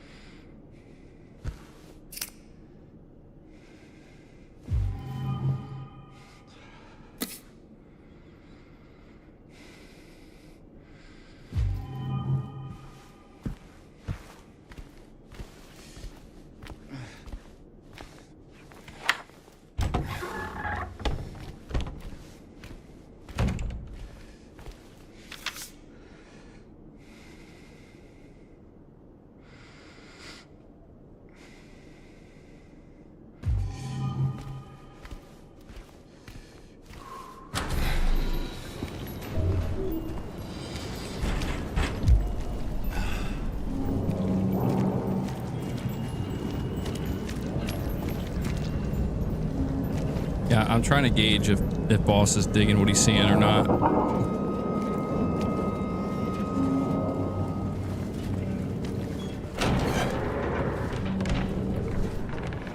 Elias, Member for 8 months says 8 months. Cheers. And oh, will GTA 6 show up tomorrow? Absolutely not. No, GTA 6 is not showing up tomorrow, man. Definitely don't expect that. But appreciate you being a member for 8 months, Elias. Thank you.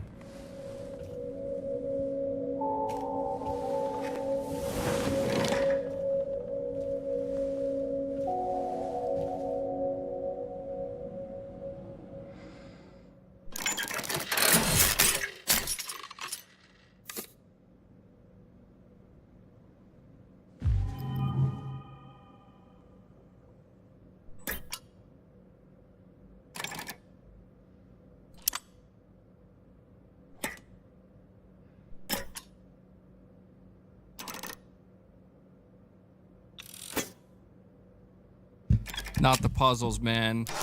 Not the puzzles.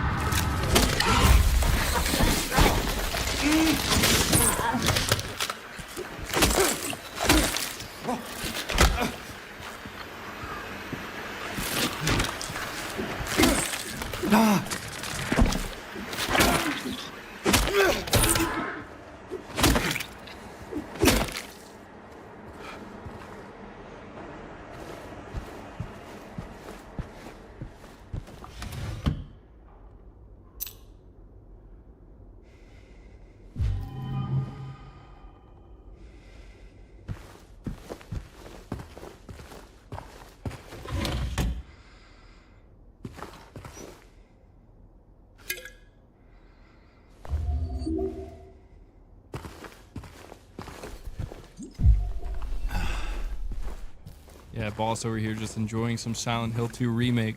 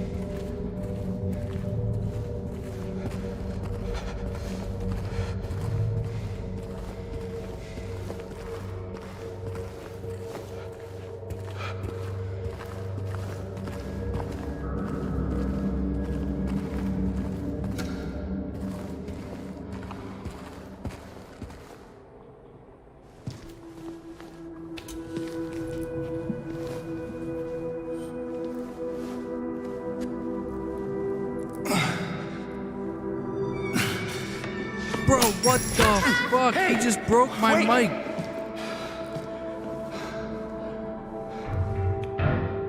Damn it. No way. There's no way he... Or he didn't break the microphone, but he broke the fucking... I don't know what you'd call it. I guess the knob here to tighten it and loosen it. No way. He like straight up cracked the plastic. It's gone. Maybe I could show it in the camera.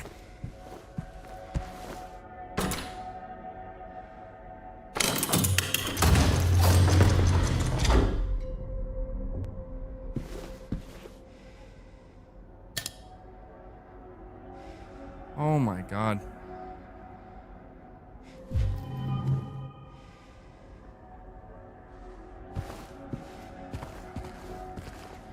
I just sneezed at him accidentally and scared the shit out of him, dude. I went to go bend down to see if he still had it in his mouth, and I just sneezed real bad, and he was like... Oh, I'm like totally ruining this gameplay right now. Oh, I cannot believe he did that. Look at this. Look at that. He straight up broke that off with his tooth. Unbelievable. Unbelievable. What is wrong with this cat?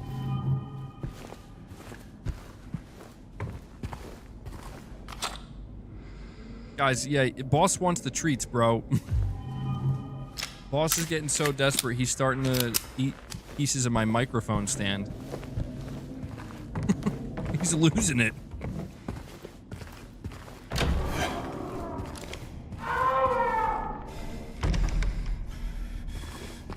Dude, this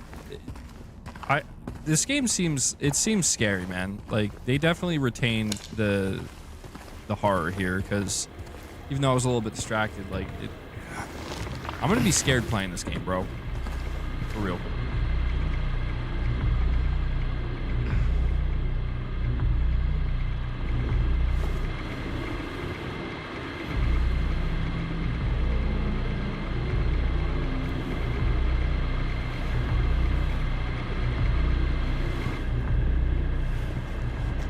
Yeah, the audio design's really good.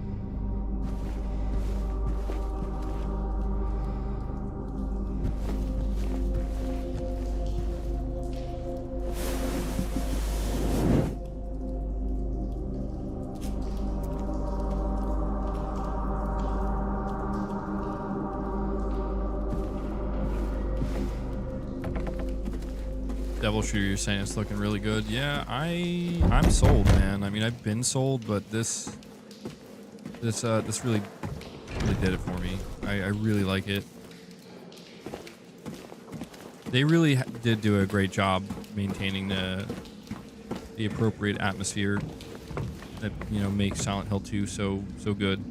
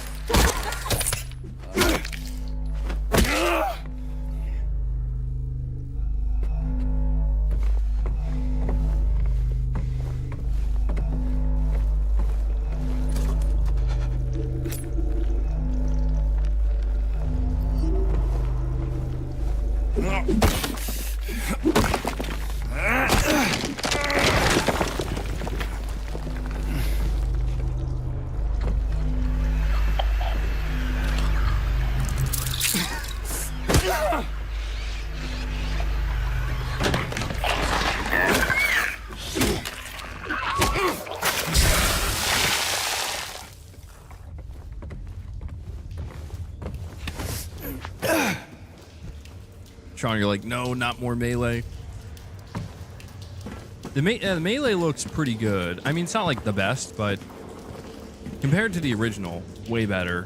But even since the last time we saw it, it looks improved.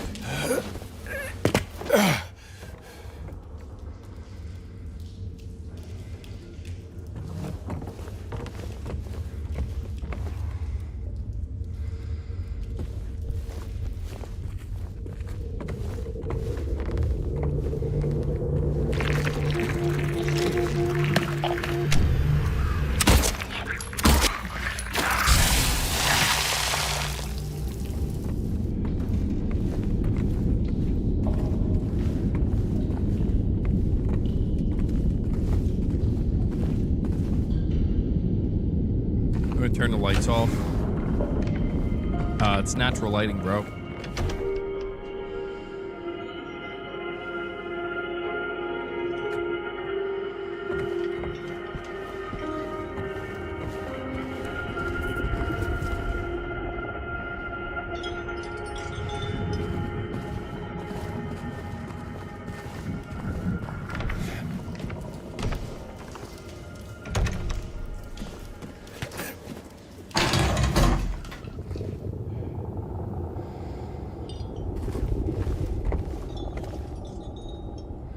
Oh, by the way, for people who don't like puzzles, it was confirmed that there is a difficulty setting for the puzzles. So you can turn the difficulty down or you can turn it up.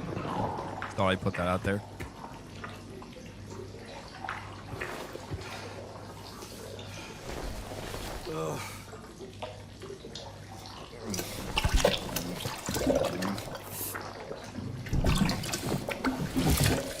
The freaking sound design on the toilet, though, man. Come on.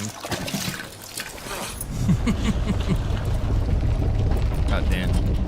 Oh my god, look at his hand. Look at his hand, bro. What is this? What are they making us do in this game? We wanted higher fidelity. We wanted 4K. Maybe we regret that.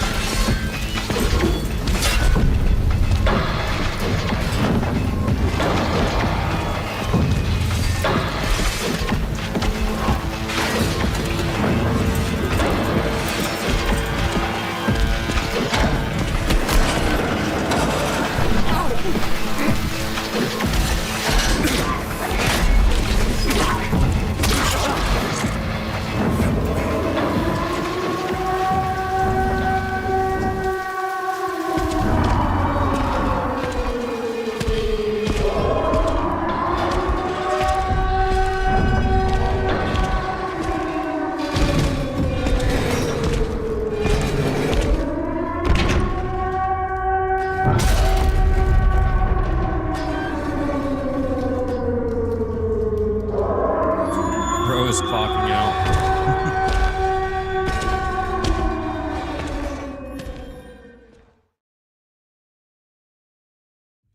Well, there we go, man.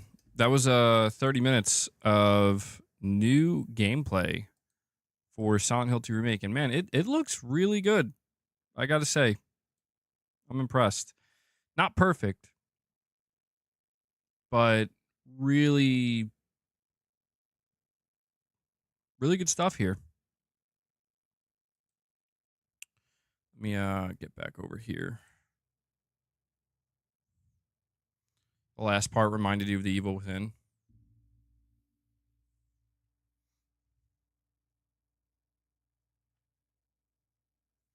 Yeah, the dodge mechanic is new, and yeah, you could tell they had to think really hard about which mechanics they were going to add or what type of more, how modern I guess they wanted to go with it. But so far, I think it's looking good, man.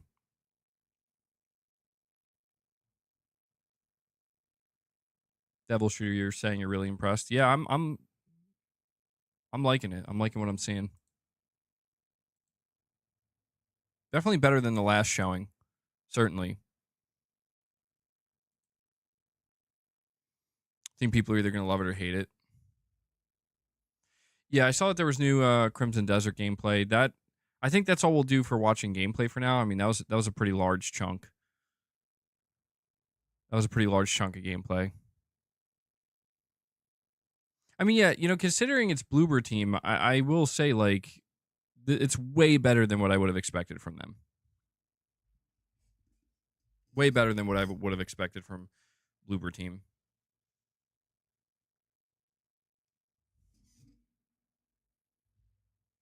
You can nitpick it as a fan of the original, but minor nitpicks. Yeah, like I'm sure there will be some nitpicks, of course.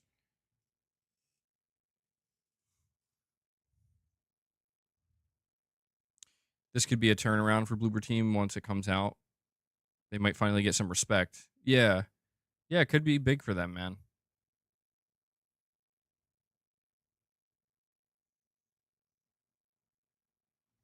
Let me check something here real quick. Captain Hook, you're saying I've been saying all along this game looked great. I never understood the criticism. I do think the criticism got a little bit out of hand. Like, I don't know. So if you watch the last gameplay, I mean, some people were making it sound like it was like atrocious, like it was like terrible. I'm like, well, no. It needs a bit of cleaning up, but they've been listening, man. I think that's an important thing to highlight, and I'll give Bloober Team a lot of credit for this, that they're not ignoring the feedback. They've been listening to the feedback. Not everything, of course, because there's been a lot of hate as well, but they've been listening to it. And if there's, if it feels like constructive criticism, constructive feedback, they are seemingly trying to listen to what the fans have to say and make some changes. Yeah. Yeah, I'm feeling much better about it. Our friend says this is what happens when you listen to fans. Certainly. All right, let me check something here.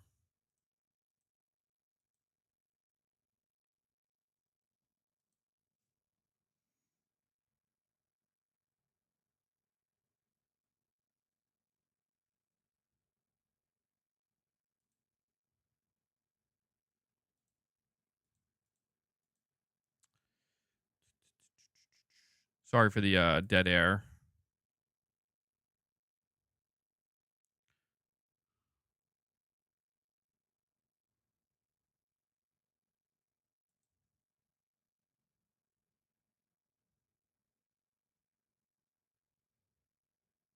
I'm just checking something real quick.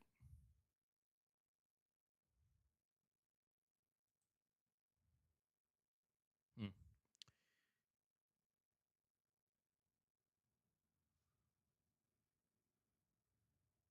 Okay. Oh, all right.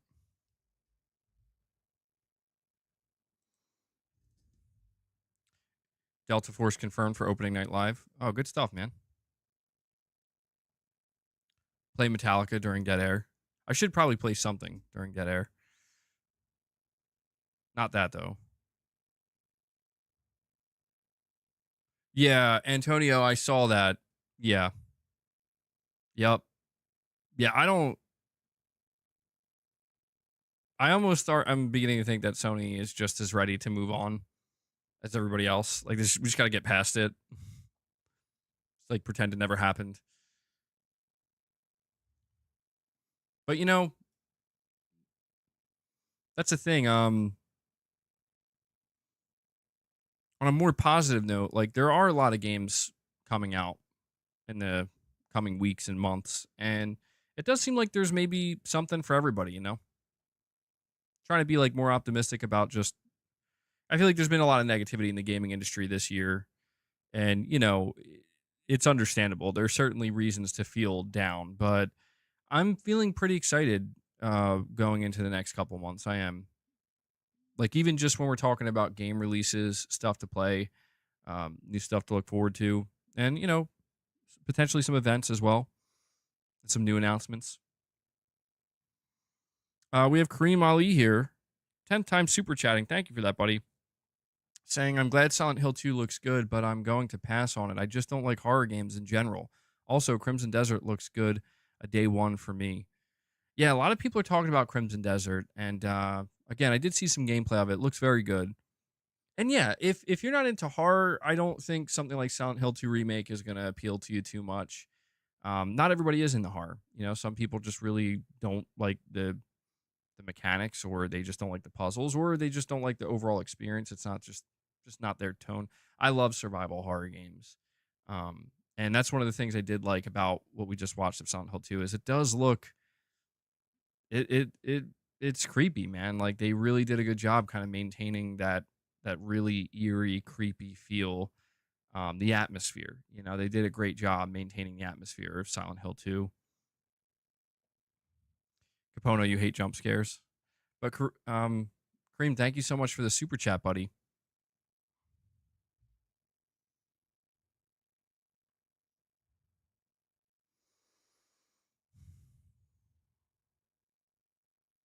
Black Myth Wukong tonight. Yeah. The story trailer. You guys want me to put the story trailer on? I'm just afraid it's going to get copyrighted.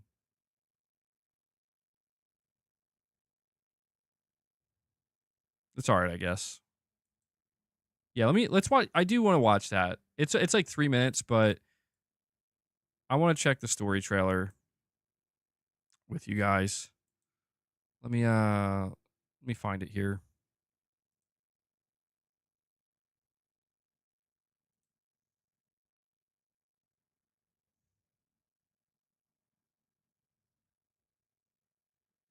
A new Kong game was announced. Kong Survivor Instinct.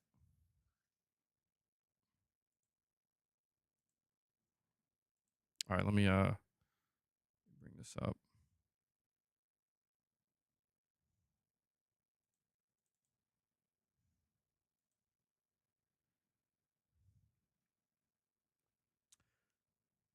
Fred Vance. Fred ADHD Vance. Longtime member, 51 months, dude. Thank you for that support, bro. That's crazy. You're saying, I hope that Bloober Team learns a lot from making Silent Hill 2 and use what they learned for future inspiration on newer projects. Yeah, man. I mean, you almost have to wonder if when we talk about newer projects, I'm sure they're going to make more original stuff, but you have to wonder if this does really well, if Konami would be like, would you guys want to maybe try to make an original Silent Hill game or maybe remake future projects? But yeah, man, I'm sure they're learning a lot here. And it would be cool to see a team like Bloober Team like really, you know, really level up, I guess.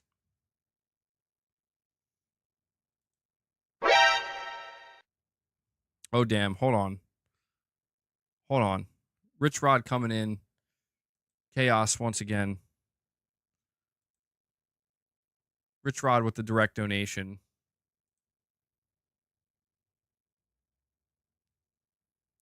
Says, hey, yo, MB gangsters, stand the F up. Who wants to smoke? Xbots, flee the country, flee the world. You are useless. And Mr. Yeast is ugly. Butterscotch Wanksters, thank you, Rich Rod. I was looking for the butterscotch. Rich Rod's making it a regular thing, man. This is his 15 minutes of fame. He's got to come out here. He's telling them to flee. Leave. Thank you, Rich Rod. Perfect segue into a harrowing trailer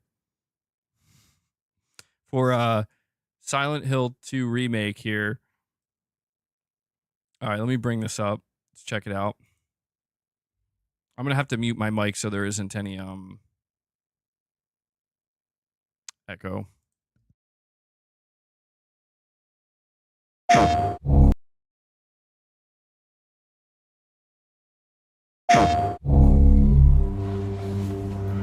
James? Honey? Did something happen to you? After we got separated in that long hallway? Yeah, this is Are you confusing me with someone the else? newest trailer that they just released. You were always so forgetful. Remember that time in the hotel? Are you taping again? Come on. I don't know why, but I just love it here. That It's music, so peaceful. The music, man. So good. In my restless dreams, I see that town. You promised you'd take me there again someday, but you never did. Well, I'm alone there now, Kiriyama cook. in our special place. Just put the gun to their head. You can't just kill someone because the way they looked at you.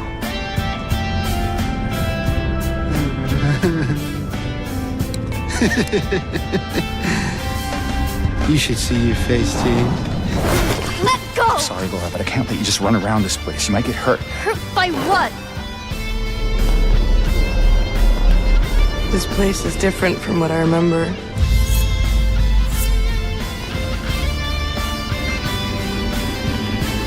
I don't think she's here anymore. This whole town. Might be best if you just get out of here. Yeah, you're right. You said you took everything. But you forgot that videotape we made. How do you know about that? Aren't you Maria? I'm not your Mary.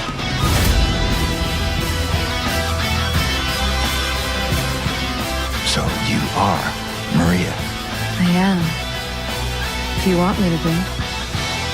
How do you know about Mary? You see it too? For me, it's always like this.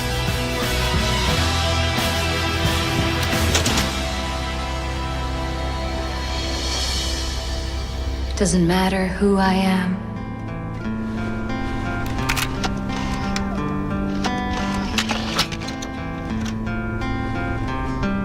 I am here for you, James.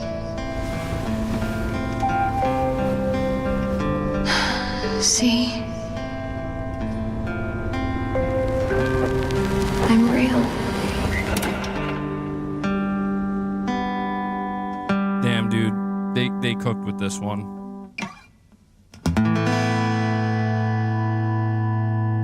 That was an amazing trailer. They really fucking knocked it out of the park this time. Good shit, dude. Let me fix my screen here. Yeah, that's by far and away the best trailer they released. I think it perfectly captures the essence of Silent Hill 2.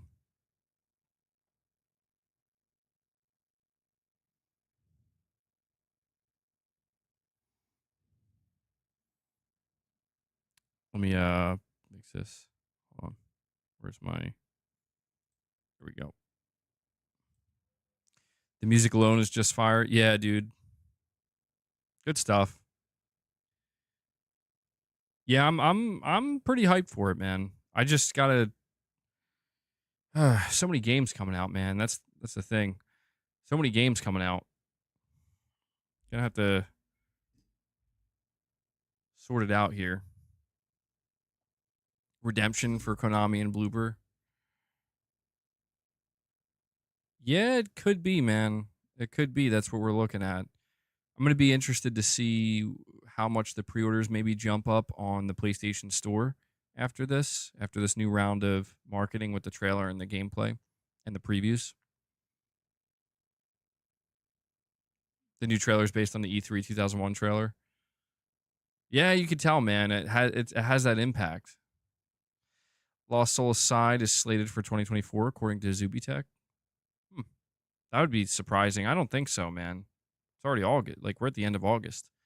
I'd be shocked about that if that turned out to be true. Unfortunately, Bloober Team has not earned the benefit of the doubt and will remain highly skeptical until final release. That's fair. I think that's totally fair. Yeah, I mean, look, if it comes out and it gets great reviews and good word of mouth, that's, you know, that's going to do a lot of heavy lifting, I think, for Bloober Team and their remake here. I think getting a really, really, really positive round of previews is a big deal for them as well. Because imagine what the conversations would be right now if, like, the previews are like, yeah, they kind of messed it up. It's not very good. It would probably devastate the potential of the game or potential sales. But yeah, there's nothing wrong with remaining skeptical.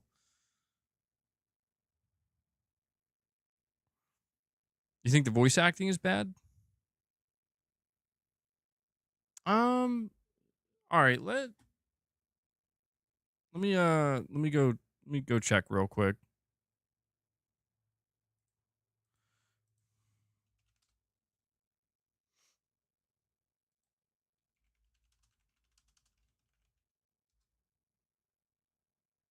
All right, this is going to be the audio for Silent Hill 2 Maria.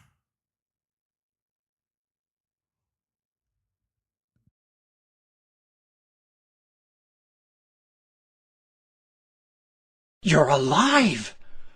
Maria, I thought that thing killed. What the fuck? That's Maria's original voice.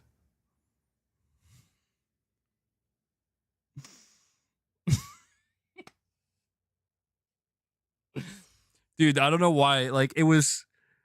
for a second, I thought it was, like, muted. I thought it was muted. I was like, why don't I hear anything? And it just, like, came out of nowhere.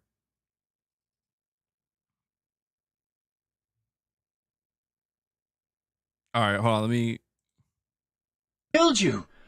Are you hurt bad? Not at all, silly. Maria? That thing! It stabbed you! There was blood everywhere! Stabbed me? What do you mean? It chased us to the elevator, and James, what are you talking about? Just before! Don't you remember? James, honey, did something happen to you? After we got separated in that long hallway? Are you confusing me with someone else?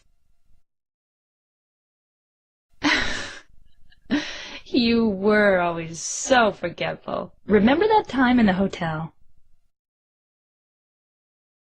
Maria? You said you took everything, but you forgot that videotape we made. I wonder if it's still there. How do you know about that? Aren't you Maria? I'm not your Mary. So, you're Maria? I am. If you want me to be.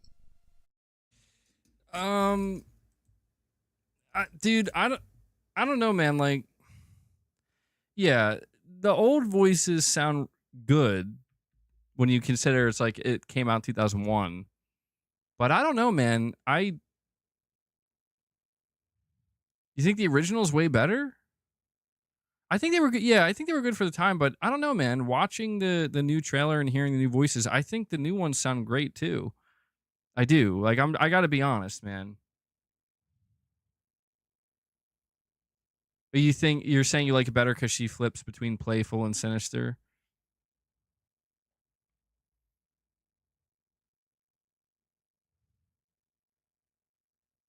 Read 'em and Weep says the old voice is worse, and I love the original. I think they're both good. Like I feel like if they had the same type of audio and voice acting for the remake, it would be quite off-putting. Because like I mean I know I don't have it up on screen, but I'm watching the cutscene and it's still holds up, but it's like it's from 2001, and you can tell. MBG Nate the Hate Indiana Jones PS5. Uh-oh.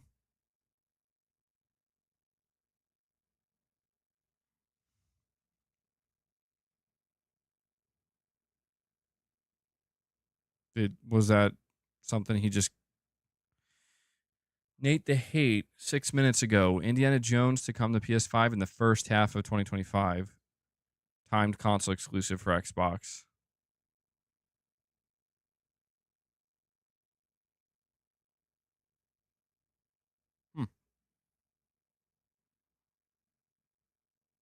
Well, there we go.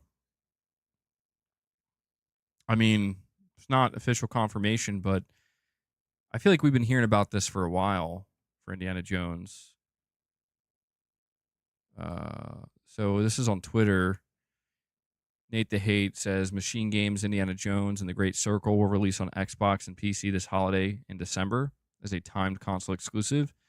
After this timed exclusive window expires, Indiana Jones and the Great Circle is planned to come to PS5 in the first half of 2025. You know what's weird about this to me? What's even the point? Like, to be completely honest, what's even the point of making it a timed exclusive if it's going to come within 6 months? I only say this because it's like, I don't know, man.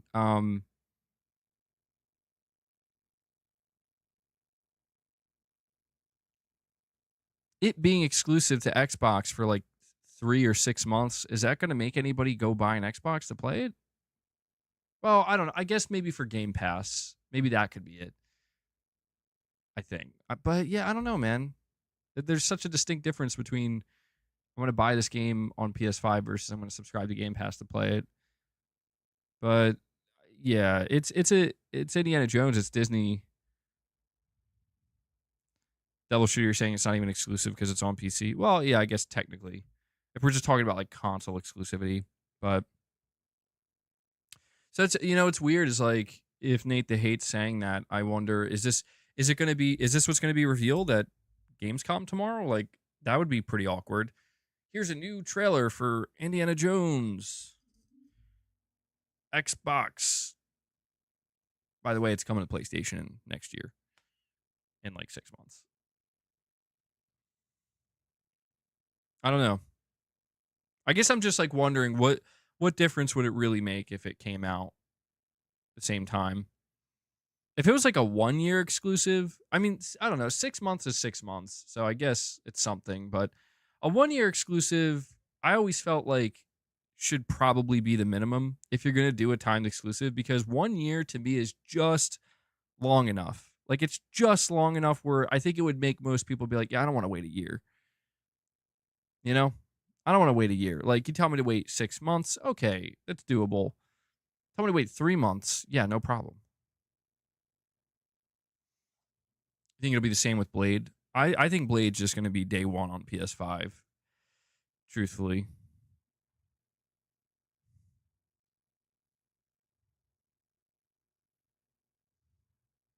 That's an interesting take. Gaming Survivor 6-month exclusivity is a good thing for consumers. You can wait for reviews and updates.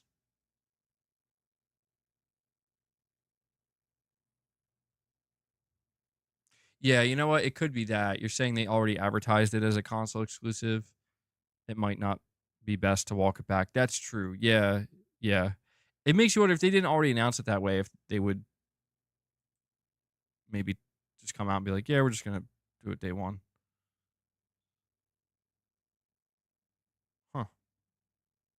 Could you imagine, bro, could you imagine being like an Xbox fanboy or something that was like bragging about this game being exclusive, and then you're seeing this shit come out? Could you imagine that?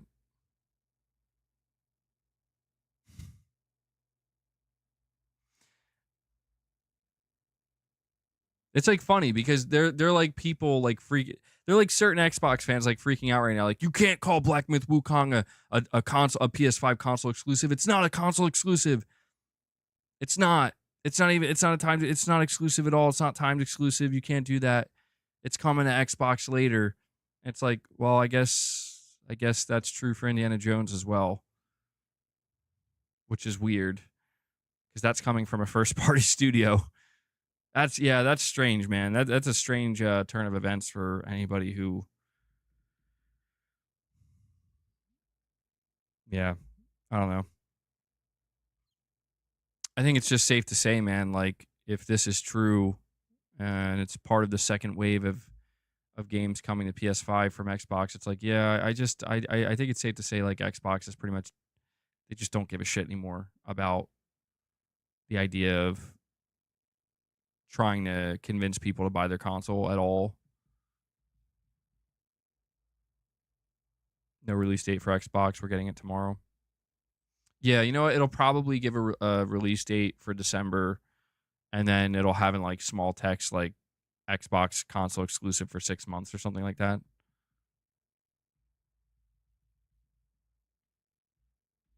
Played about 20 minutes of the FF16 demo on Steam. Ran pretty nice on my system. Cutscenes locked at 30 though. Interesting.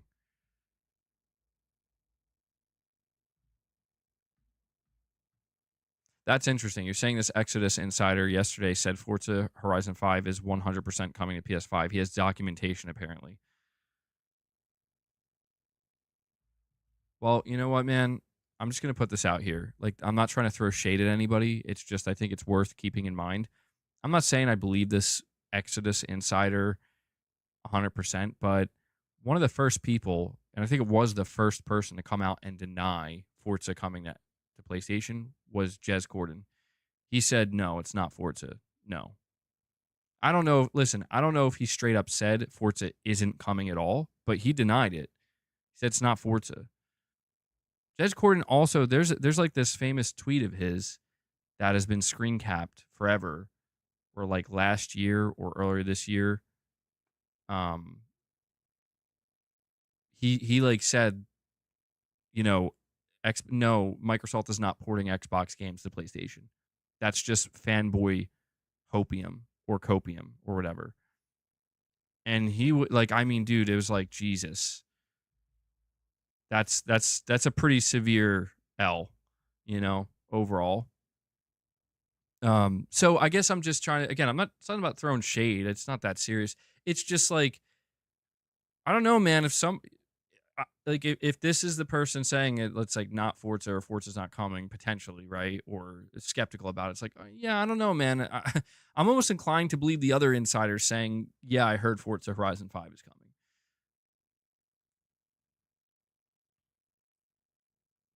You're saying Jez said Forza wasn't the game being announced tomorrow. Okay. That's interesting. You know, it makes me think, like, if we're trying to map out what are the next 4 games, I mean, what? Flight Simulator, Indiana Jones, Forza, and maybe Hellblade, potentially? That seemed like a pretty solid 4, I guess. The original leaker has a better track record. Redfall. Oh, yeah, that'd be so funny, dude. Redfall would be funny. That'd be a great one. I would play it just for fun. Just for the hell of it. Age of Empires instead of Hellblade. Oh, yeah, okay. Yeah, that could work too. Interesting. Yeah. Well, we'll see. we're gonna find out pretty soon, seemingly. Saying, yeah, Jez Corden said it may come at some point. It just isn't the game that's getting announced at Gamescom. Okay. All right. So that actually appreciate the clarification. Okay. Yeah, that makes it seem, yeah, more likely that that will be one of the 4 games, the next wave, I guess. Yeah, I'm really curious to see if Forza gets announced because Forza will be huge. For sure. Remember that Disney and Xbox negotiated the exclusivity deal for Indie. And now it's coming to PS5. Satya is telling Phil what to do. Yeah, I believe that, certainly.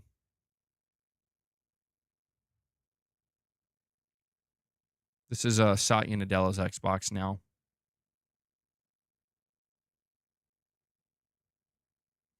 If Xbox sales are down, it makes sense to release their games on PlayStation. $70 is $70. If the Xbox game sells well on PlayStation, I can see them releasing more games on PlayStation. Yeah, well, that's the thing too, man. It's Microsoft gets their money, Sony gets theirs. Sony gets 30% of every. They get a 30% rip on every copy of an Xbox game sold on PlayStation, and Microsoft gets 70. So it's like Microsoft has more to gain financially, but at the same time, I mean, Sony, Sony just has to do nothing and get money, essentially. What's being teased? Sorry, just jumped in. Tomorrow, well, talking about Gamescom, it seems that Death Stranding 2 is potentially being teased for tomorrow.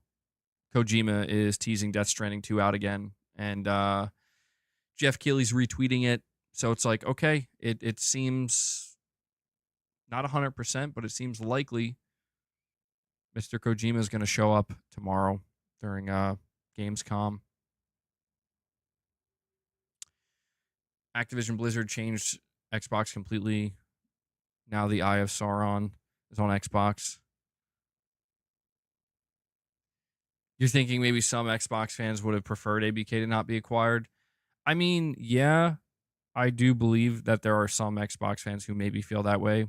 Maybe those who don't really care too much about Game Pass or anything, or Call of Duty or Activision Blizzard games.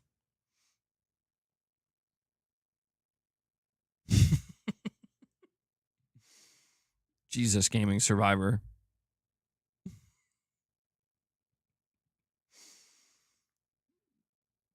I just love how Gaming Survivor just randomly comes in with the craziest shit sometimes.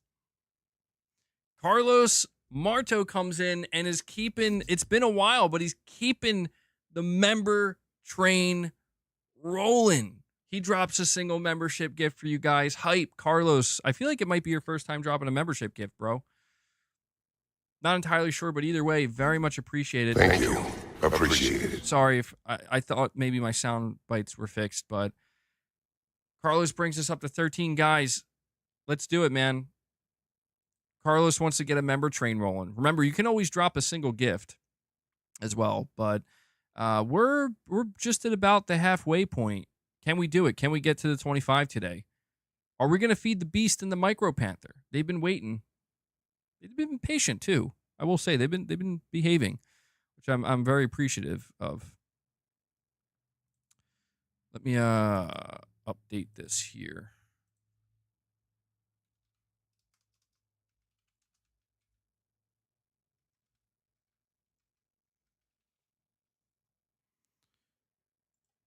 Boss is here. Yeah, he's chilling. He's sleeping below me, and Luna's sleeping on the chair over there.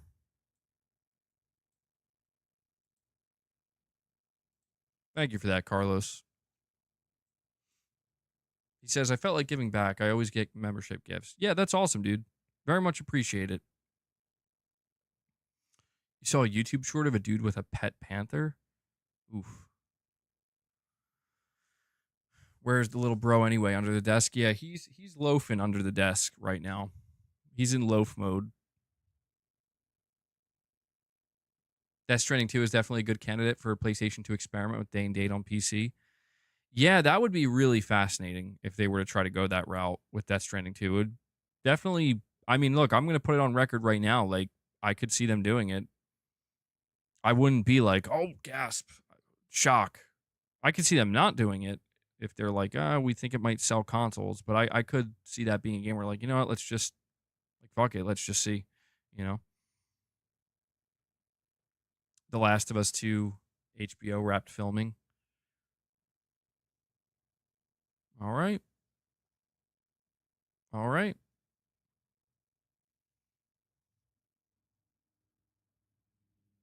It would mean Herman was lying at the business meeting about tentpole titles. Yeah, that's true too.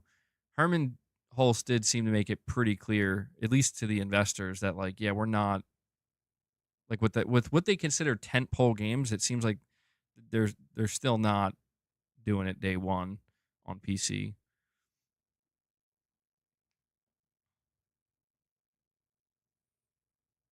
Do I think this generation has been a disappointment? No, I'm not. I'm not as down on it as other people are. You know, I don't know. I see people that talk about this generation like it's the worst piece of shit generation ever, and I'm like, well, I mean, everybody's entitled to their opinion, but I don't know. I've had a lot of fun. Like, I played a lot of good games. I mean, could it be better? Absolutely. But no, I wouldn't say it's a disappointment. I'd say that there's certain aspects that have been underwhelming, certain aspects that could have been better or still could be better. But yeah, I'm not in agreement that it's like a complete disappointment.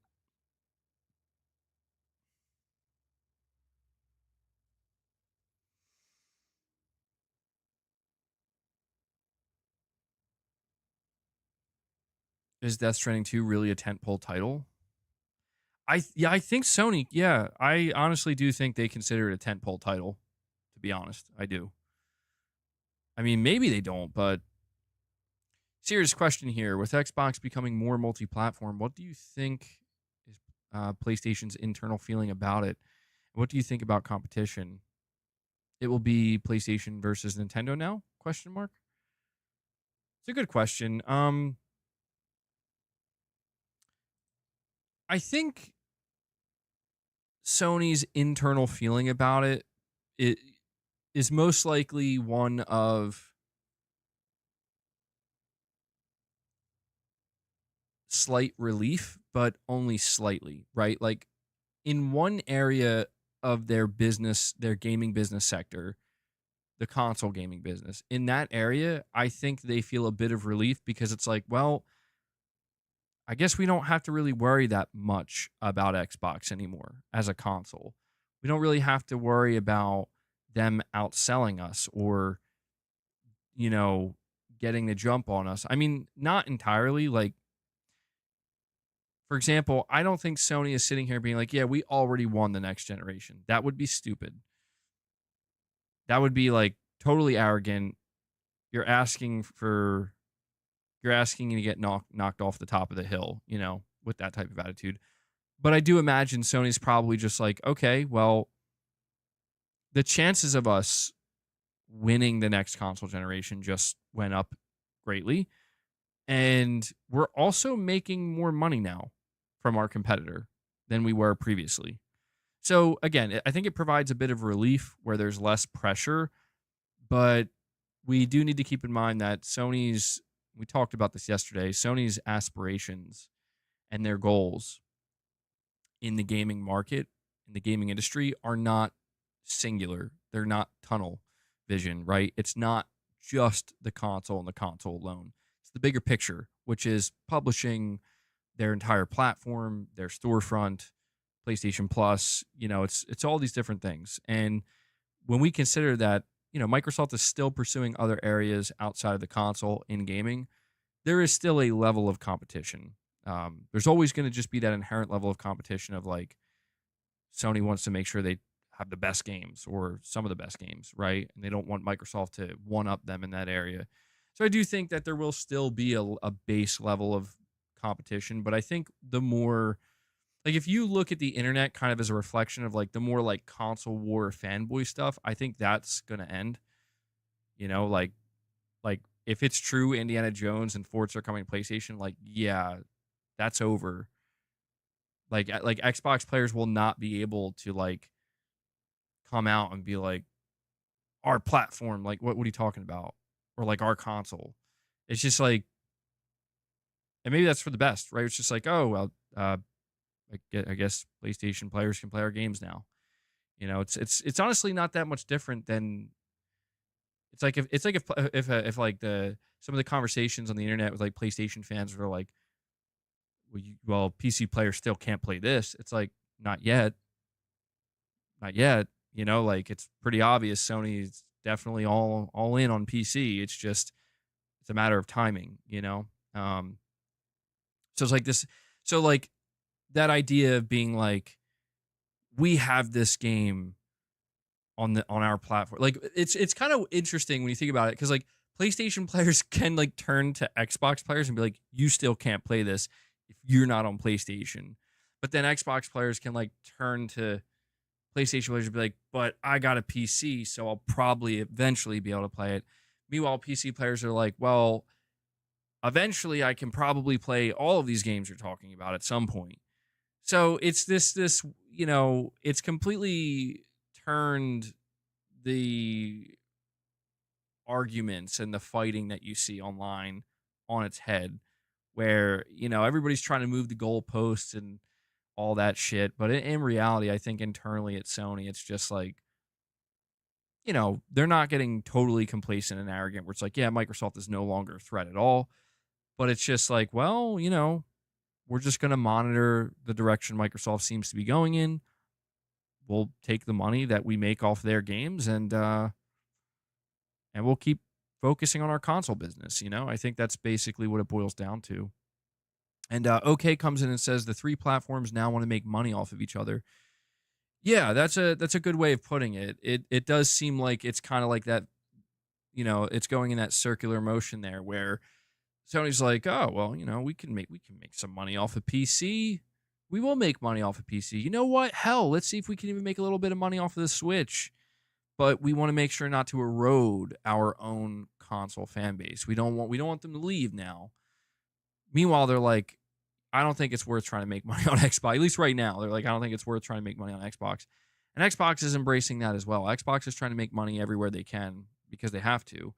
Nintendo is really the only one that's not, I would say. Nintendo's the only one that's not trying to make money off of other platforms. And I think that's just because Nintendo is the only one where it's like, so how many copies of this exclusive game did you sell? Oh, 40 million copies? Okay. So it's like, yeah, we're not fucking around with that. We're not going to risk disrupting that.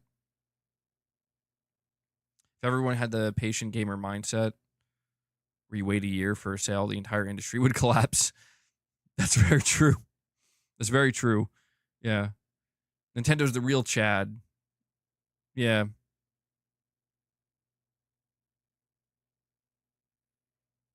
Oh, yeah, that's true. Nintendo will be making money off of Microsoft. Call of Duty is coming Switch 2. Completely forgot about that. Yeah, it's going to be huge, dude. And Microsoft's going to be happy about that. Yeah, that's like a total win-win. Call of Duty going to Switch is going to be huge for Nintendo, and it's going to be huge for Microsoft. Sony's going to be over there like... Sony losing the marketing to Call of Duty, then finding out that they got to worry about that shit going to Switch. They're just going to be like, whatever. Whatever. I don't care. Well, hey, man, it just goes to show when the chips are down, man, when the chips are down, these companies are much more willing to work with one another. And I think that's a good thing. I mean, it's like bad in the inherent sense of like corporate greed rules all, like perpetual growth. It can't stop. So that side of it's bad, but it's also good in the sense that like, oh, wow, look, collaboration on a level that we've never really expected to see before. It's just like anything else. It's got its ups and its downs, its pros and its cons. But generally speaking, I think people are more fascinated. Like I've seen this kind of sentiment where it's like, man, I kind of want to see everybody start to put their games everywhere. And that would be a fascinating turn of events. Like if in the next 5 to 8 years, it just turns out that like, yeah, all games are going everywhere. But the reason why I don't think that's going to happen is because I do think it's just a matter of the chips are down right now. So everybody's kind of playing nicer with one another. But I do think when the chips aren't down, and things change and things start growth mode and it is enabled again, right? I think that's when, the that friendly nature will diminish quite a bit and start to fade, and we might start to go back to a somewhat more traditional way. I could be wrong about that, but yeah, we'll see how it all plays out. But I got one last topic for you guys before we wrap this up, all right? Until Dawn, I came across this interesting article from PlayStation Lifestyle. Sony blasted over Until Dawn PS5 PC price following leak.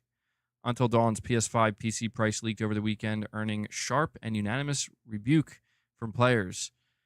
Ballistic Moon's enhanced version of the 2014 supermassive game title will launch October 4th and reportedly has the same price tag as Astrobot at $60 US. The aforementioned leak comes from none other than Deal Labs user Billy Bilcon, who has a pretty stellar track record. According to them, Until Dawn's PS5 version will also get a disc release, but regardless of the format players purchase and on what platform they purchase it on, the price will be the same.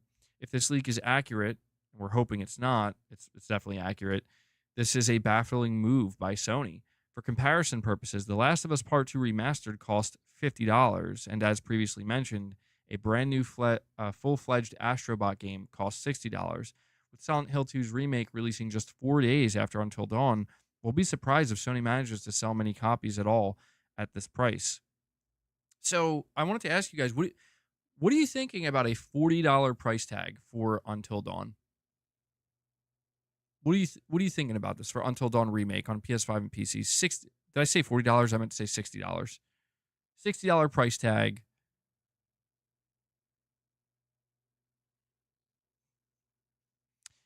Something that did catch me a little bit off guard, I'm not going to lie, is I completely forgot The Last of Us Part 2 was $50. I forgot about that. Yeah, like The Last of Us Part 2 was $50, not $60.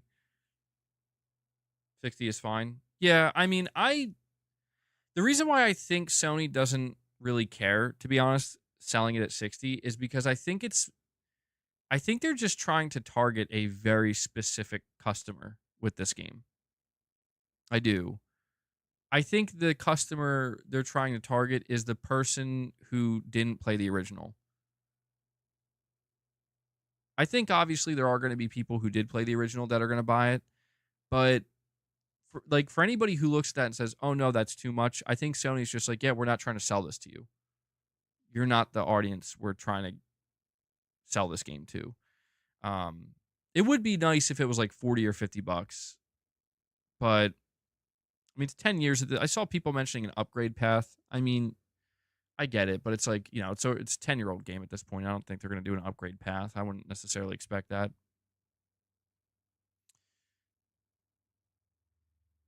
You know what I think, though?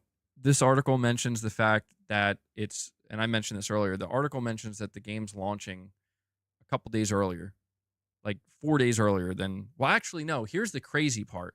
If you pre-order the digital deluxe version of Silent Hill 2 Remake, you get Silent Hill 2 Remake, I think, on October 5th.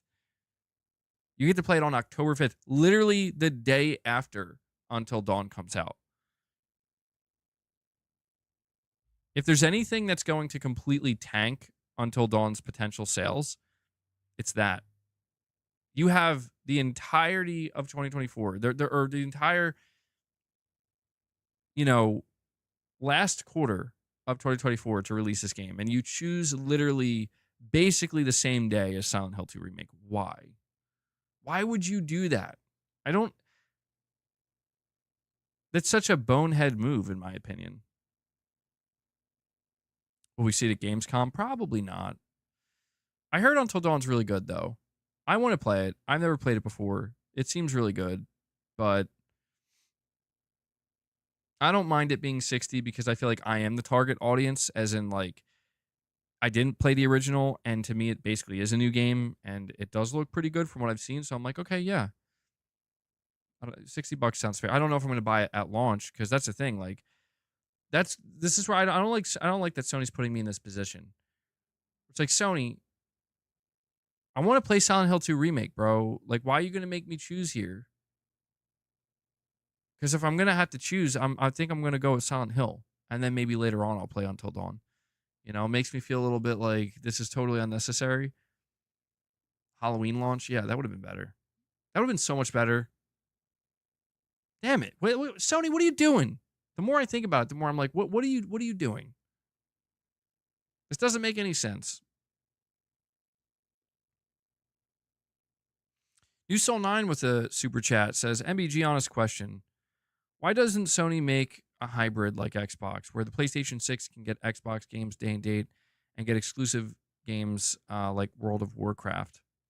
You're talking about like a more like PC-esque hybrid.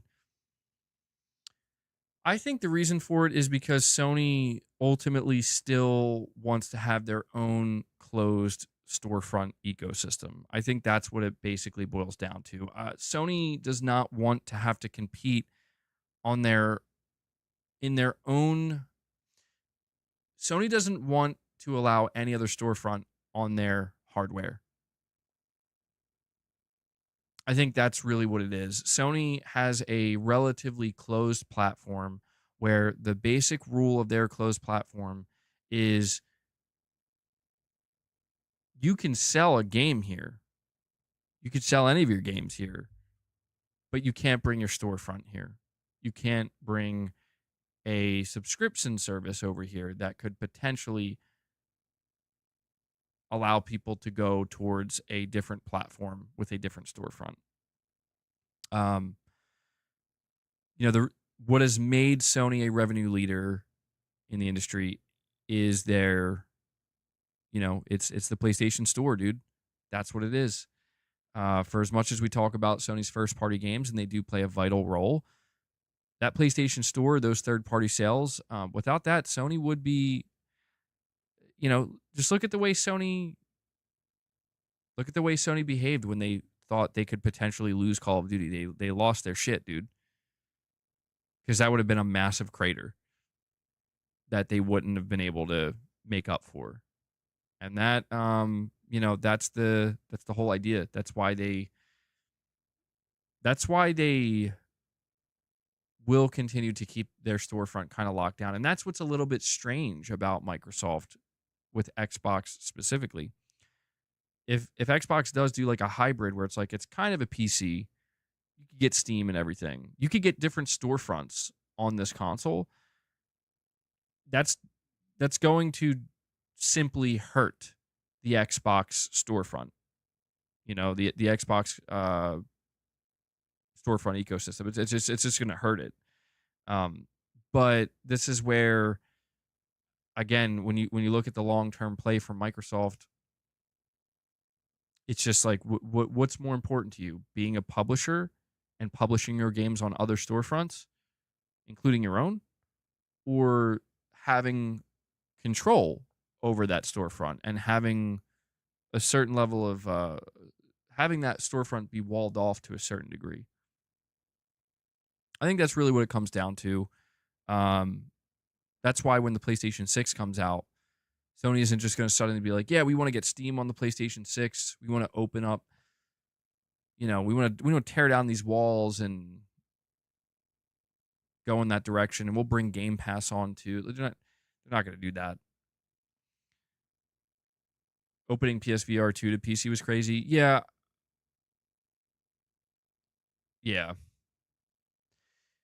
Uh-oh, hold on. You're telling me to check Insider Gaming? Let me check here.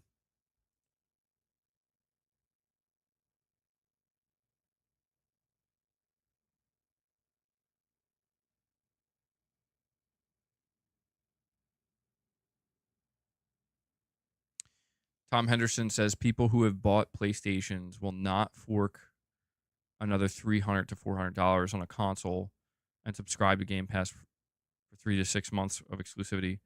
Don't get me wrong, FOMO is strong, but if anything, PlayStation will now be getting arguably a better day one game than Xbox after all the patches and fixes a game needs these days. God damn. Tom Henderson being savage.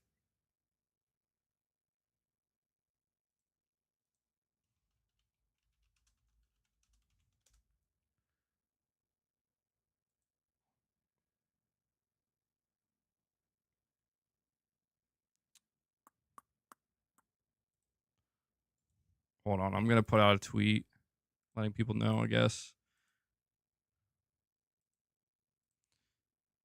Bear with me, guys. I'm gonna... It seems like this is happening.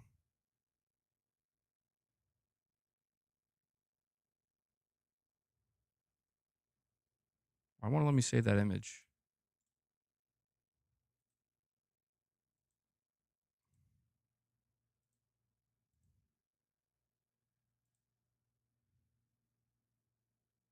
Oh my god, dude. My PC is so fucking annoying sometimes. I'm sorry, guys. I apologize for the dead air. Just give me a second.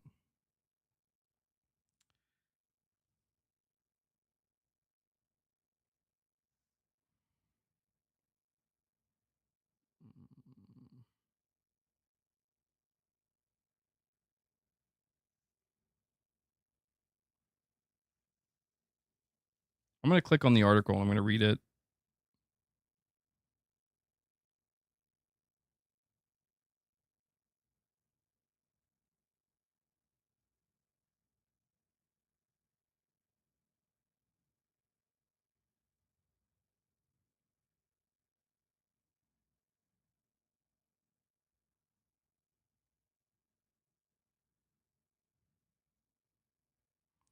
Indiana Jones and the Great Circle reportedly coming to PS5 3 to 6 months after it launches on Xbox.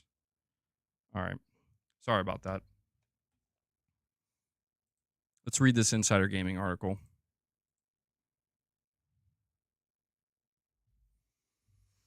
See if there's any new info. A reputable insiders claim that Indiana Jones and the Great Circle will be coming to PS5 after an expired timed exclusive window. This is according to Nate the Hate.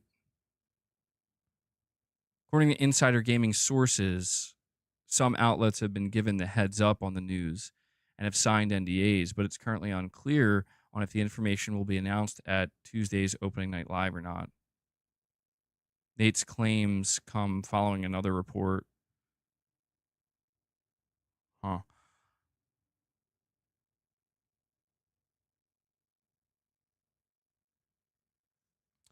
So this idea that there's going to be, I don't know, there Insider Gaming saying, so according to their sources, some outlets have been given the heads up on the news and have signed NDAs. Like, it would make no sense, in my opinion, for Microsoft to be like, yeah, sign this NDA. You're not allowed to talk about it for like a couple months or something because it's going to kill our sales. Saying outlets signed an NDA, so it being revealed on opening night live or an Xbox Gamescom stream. There's no other way around. Yeah, I was just trying to think of it like on the other end where it's like you can't, like, yeah, the way I was just thinking about it makes zero sense. So scratch that. The NDA didn't work. My question is, why would Microsoft feel the need to prep these outlets early, though? What's up with that?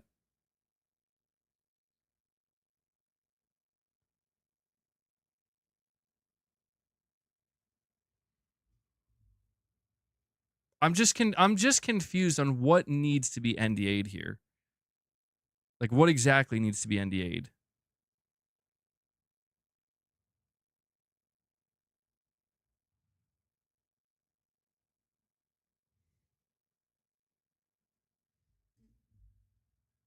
You're saying the argument is silly.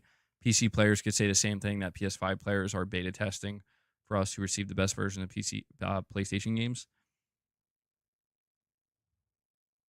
Yeah, I get what you're saying. Okay, that's true too. Yeah, it's like this vicious circle where like everybody's like like everybody thinks they're getting a win. They're like bonking somebody over the head, but then there's somebody right behind them bonking them over the head next. You know, it's like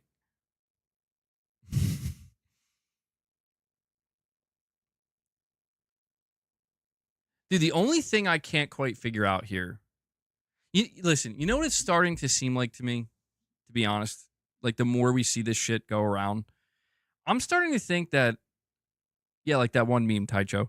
It's starting to seem to me like almost all of these, except Nintendo, I'm not counting Nintendo in this conversation. These publishers, these platform holders, it's almost like they all want to start doing this like more aggressively to make more money. Like they really do.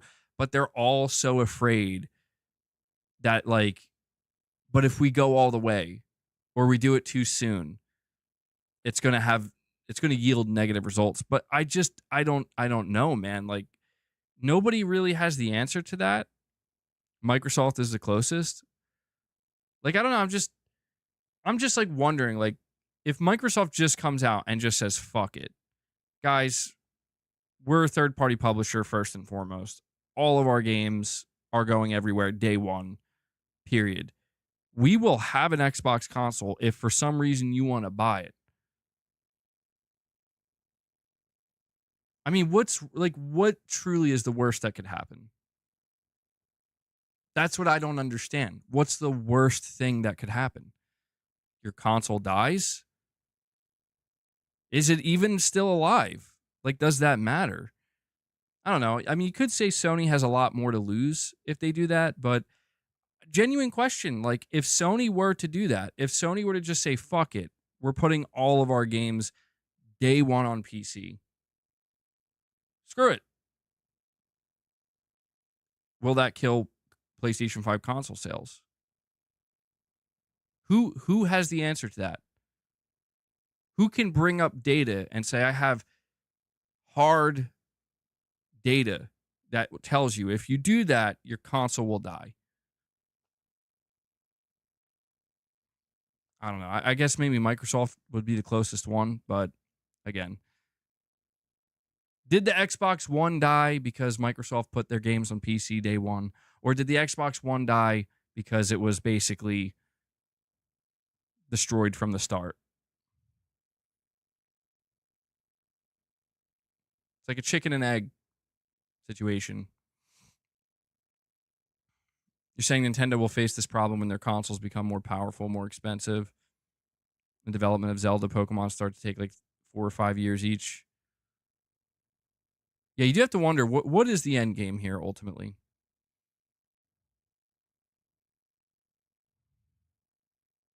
Are we losing the forest for the trees here? PlayStation's number one priority is the console. Yeah, I mean, I've always said that. As long as the console sells, there's no reason for it not to be the priority. If it's selling, there's no problem. If it's not selling, there's a problem. The harsh reality of the industry is there are too many games and not enough money to go around. Publishers are scrounging for quarters in the couch. Margins are too thin and dev costs too high. You know what's nuts about that? See, that's how you know that something's totally broken, because you're right, but gaming is also making more money than ever before. So it's like, well, that doesn't seem to add up. And it reveals, I think it reveals a problem that it's not like a money problem in and of itself. It's a money distribution problem where the lion's share is going towards just a couple of select things, just a few things, a few publishers, a few games, a few business models. Outside of that, everything else is just barely getting jack shit. So yeah, I don't know what the solution to that is. It almost sounds like maybe the industry will have to correct itself in a way. Yeah.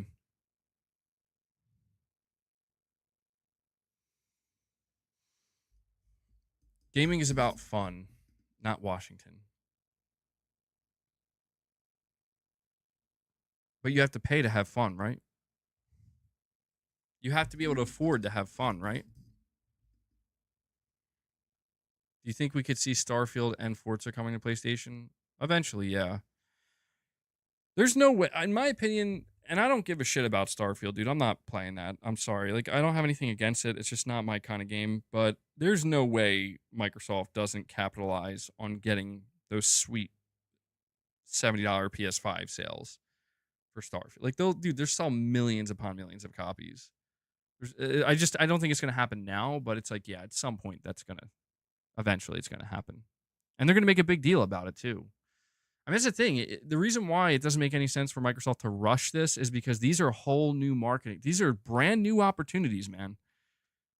Whole new marketing cycles.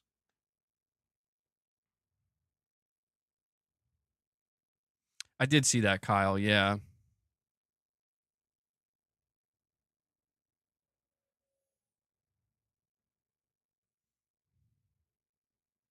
You wouldn't be surprised if we see God of War 2018 on Switch, too. That would be crazy. That would be crazy.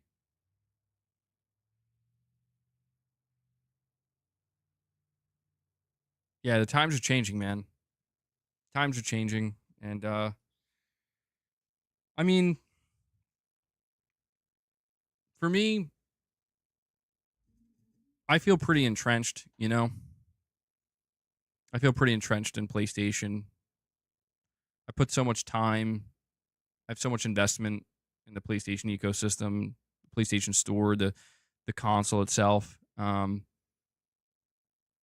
think for me at this point, it's like, you know, people have always asked me, like, dude, what would get you to move away from PlayStation? And I've always said the same thing. Like, dude, the day Sony stops producing games that I really thoroughly enjoy is the day I walk away from that platform. Assuming there are other publishers / platform holders making games that appeal to me. You know, that's basically it. I see we have Mrs. MBG coming in from the top ropes. Mrs. MBG comes in and drops another membership gift for you guys. Salera Vestora was gifted the membership. Mrs. MBG in the chat. Thank you for that, Mrs. MBG.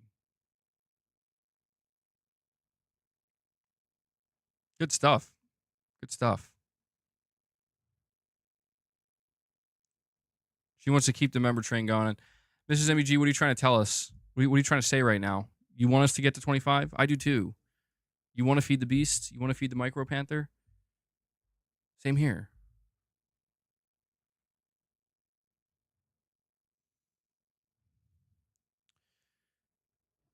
Pragmatic Cat wants to feed the beast.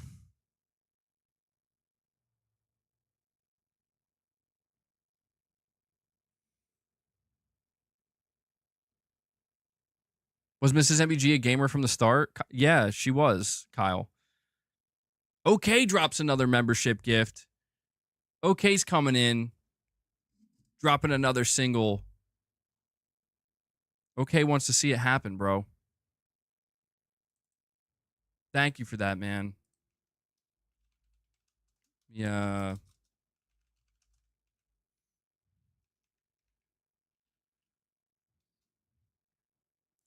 Yeah, Mrs. MBG was always a gamer.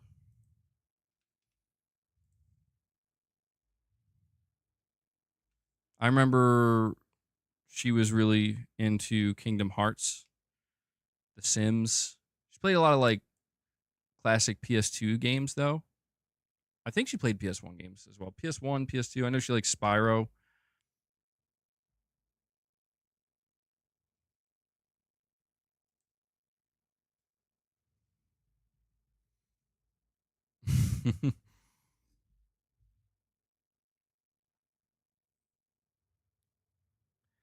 Kyle, you're saying lucky man. My lady refuses to play, trying to get her into it. Yeah, I do feel lucky.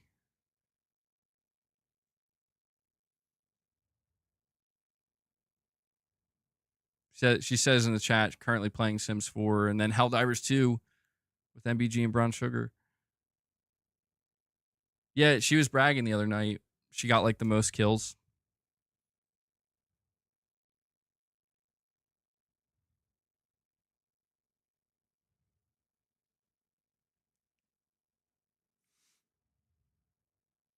What does Mrs. MBG think of MB Gangsta? I'm telling you, I think she called me that the other day. Randomly. MB Gangsta. I'm just going to rename my channel to that one day. Oh, yeah, we did play Overcooked together. A lot. That game was really fun. Could be really frustrating at times, though. My God. That game could really become infuriating, but a good time.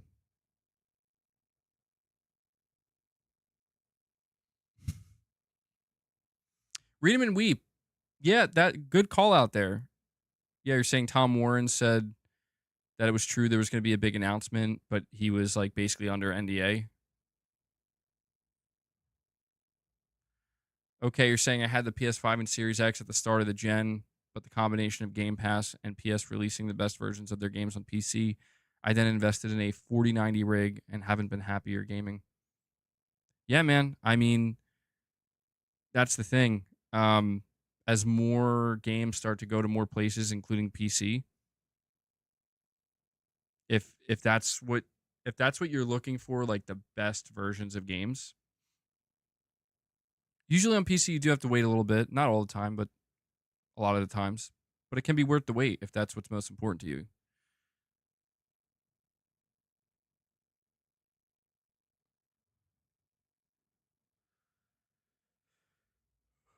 Oh, God.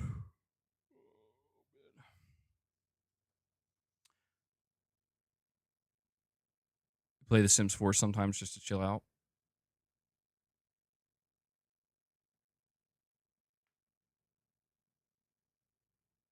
What are your thoughts on Indiana Jones going to PlayStation within 6 months? Do you think they can port it that quickly? I think it's probably it'll be ready to go already. I do. Like, I think that they were probably already developing it for PS5, or at least started the port process a while ago.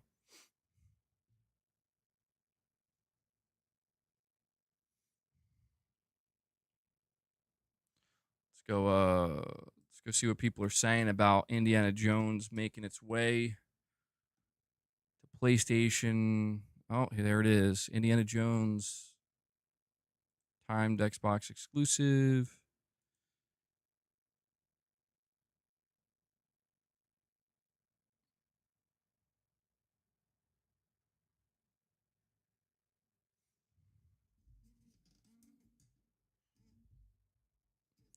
Not this person says not on the same date, so PlayStation fanboys can keep playing their robot toys. What? So we made the decision that we're going to take 4 games to the other consoles, just 4 games, not a change to our kind of fundamental exclusive strategy. We're making these decisions for some specific reasons. We make every decision really with the long-term health of Xbox in mind. And long-term health of Xbox means a growing platform, our games performing, building the best platform for creators, reaching as many players as we can. We're always looking to learn as a leadership team and to grow. And we think this is an interesting point in time for us to use what some of the other platforms have right now to help grow our franchises. So we're going to do that. So these 4 titles, what are they? Can you say? I'm not going to name those games. The teams that are building those games have announced plans that are not too far away. As we know, game teams put a lot of energy into their announcements with the partners. So I don't want to take anything away from those teams. So I won't be talking about the titles specifically, but I think when they come out, it'll make sense. Can we say if either of those titles are Starfield or Indiana Jones? They are not Starfield or Indiana Jones. Well, what was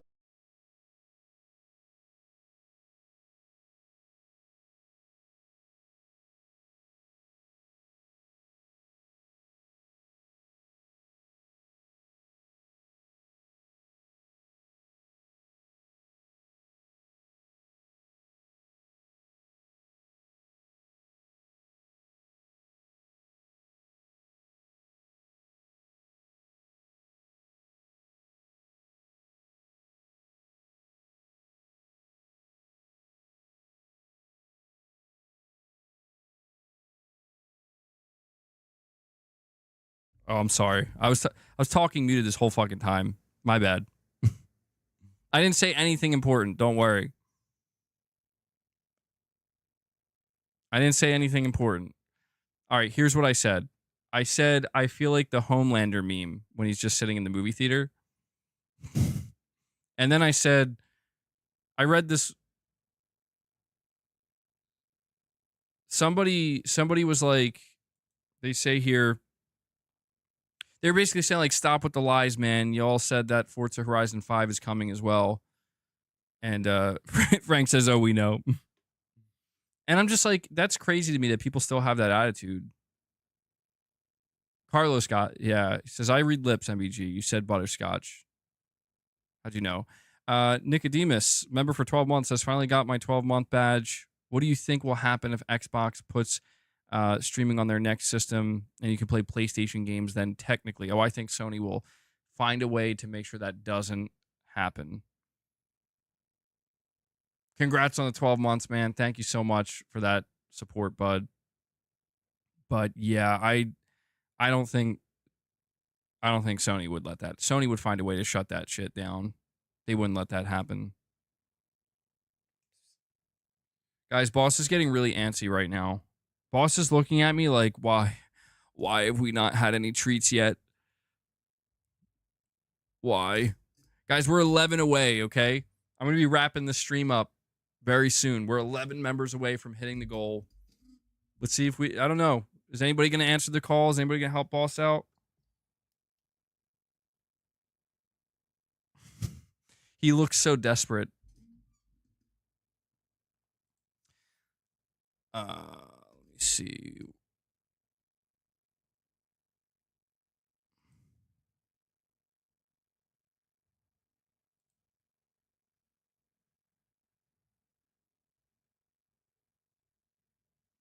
Look at this. I love these. Have to be the dumbest replies. So I tweeted out that reportedly Indiana Jones and the Great Circle is going to come to PS5 3 to 6 months after it launches on Xbox. This guy replies, that will be $70 plus tax. Thank you for your contribution, PlayStation aficionado. I was like, do you work for Microsoft? You're a Microsoft executive? Wait, that money's going into your pockets? Oh, wait, no. That money's going into the pockets of a multi-trillion-dollar corporation that doesn't know who you are or care. And I get it. Sony doesn't know who I am and doesn't care who I am either. But it's like, dude, why are you thanking people for their like what contribution? I don't get it. Hey, boss is like, shut the fuck up, bro. All right, you gotta chill out. You already broke my plastic piece on my mic.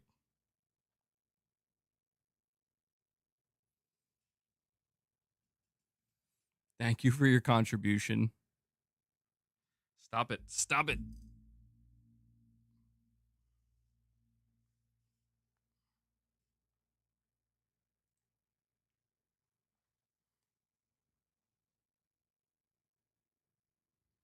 Meow into the mic. Meow into the mic. If I can get boss to listen, somebody, if I can get boss to meow into the mic, somebody's got to drop a 10 bomb.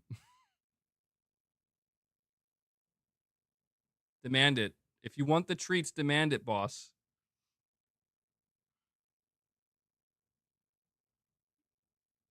What are you looking at?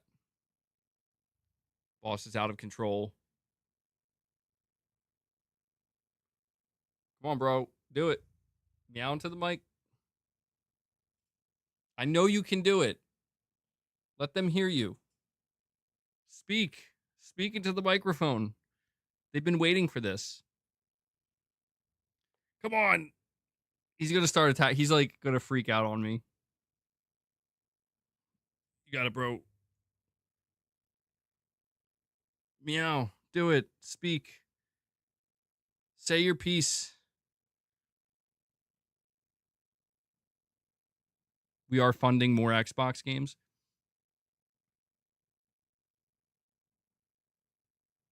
Oh, yeah. Do it.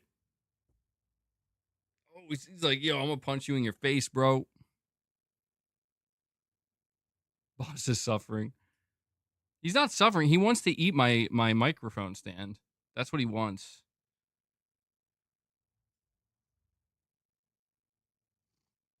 You got it, bro. Come on. Do it. Meow.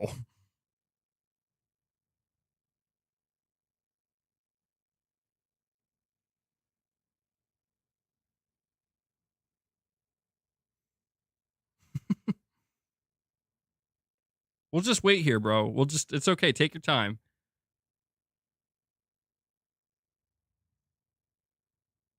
Do it.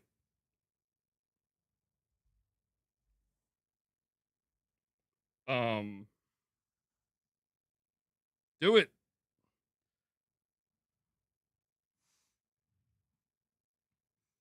We're funding more PlayStation games.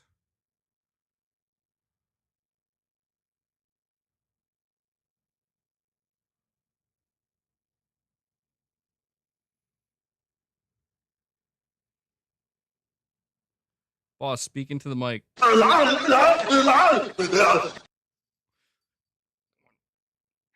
Oh, hey, yo, come on. He's like, get the fuck off me, bro. I'm done. Did you guys hear that, though? Will we count that?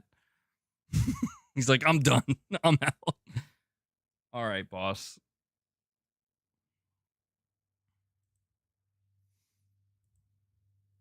I can't tell if that went through or not. He tried biting me. It's like, I've had enough of your bullshit, bro. All right. Boss, I'll give you some treats, man.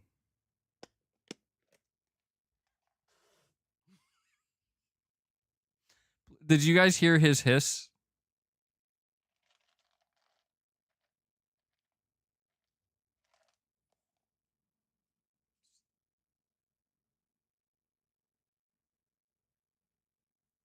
Boss, come on. What's going on with your brain, bro? Like, I just poured him up here.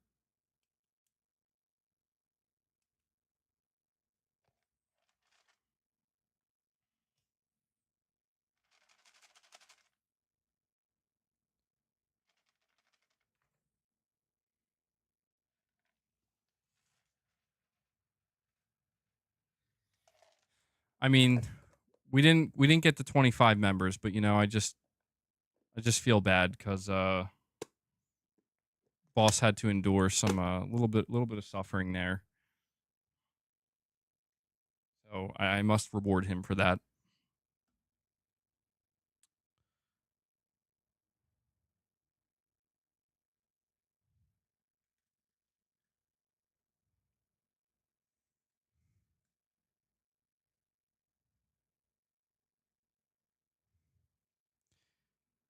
All right.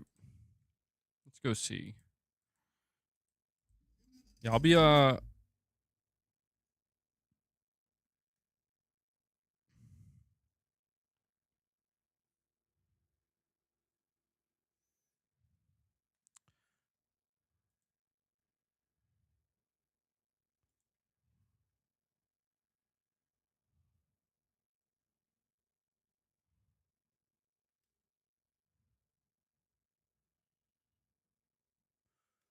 sorry, I'm just seeing what else people are saying here.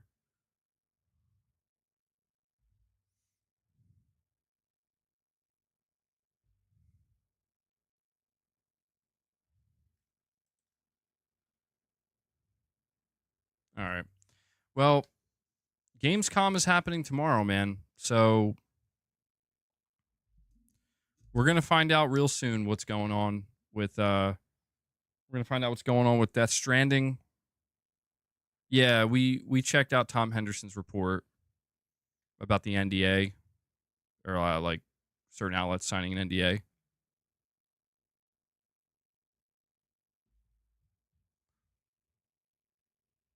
Boss is really bothered right now.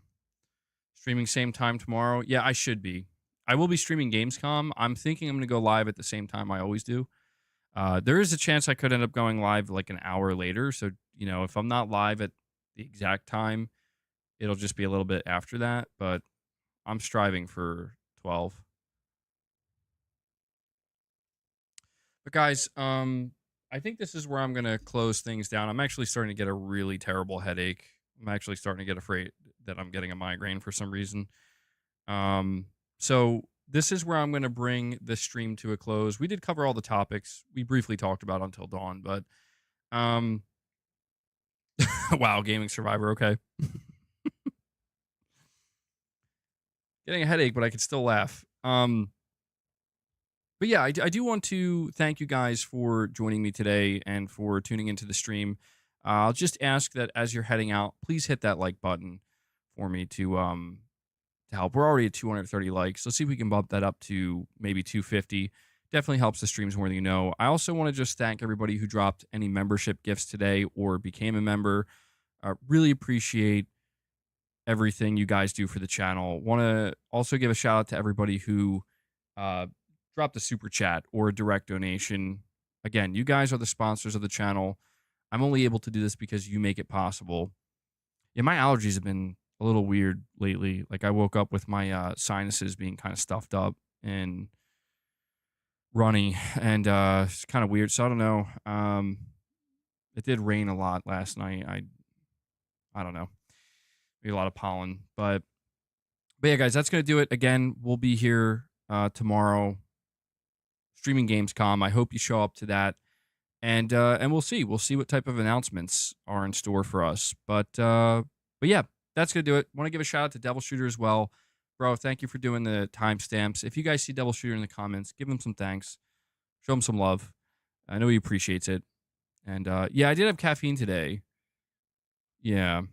Maybe I'm a little bit dehydrated, but yeah, I think this light, I do have a light above me. It's definitely not helping. So yeah, and guys, if you want, come back. For anybody who's going to be playing Black Myth Wukong, if you want, come back and leave a comment. Let me know what it's like. I want to get it. I want to buy it. I want to play it. But I'm just curious to hear from you guys. Or you could just wait and tell me tomorrow when we stream. So, all right, that does it, though. Enjoy the rest of your day, everybody. I'm going to head out now, so I will catch you tomorrow. And until then, take care, everyone. Boston Lunar say bye as well.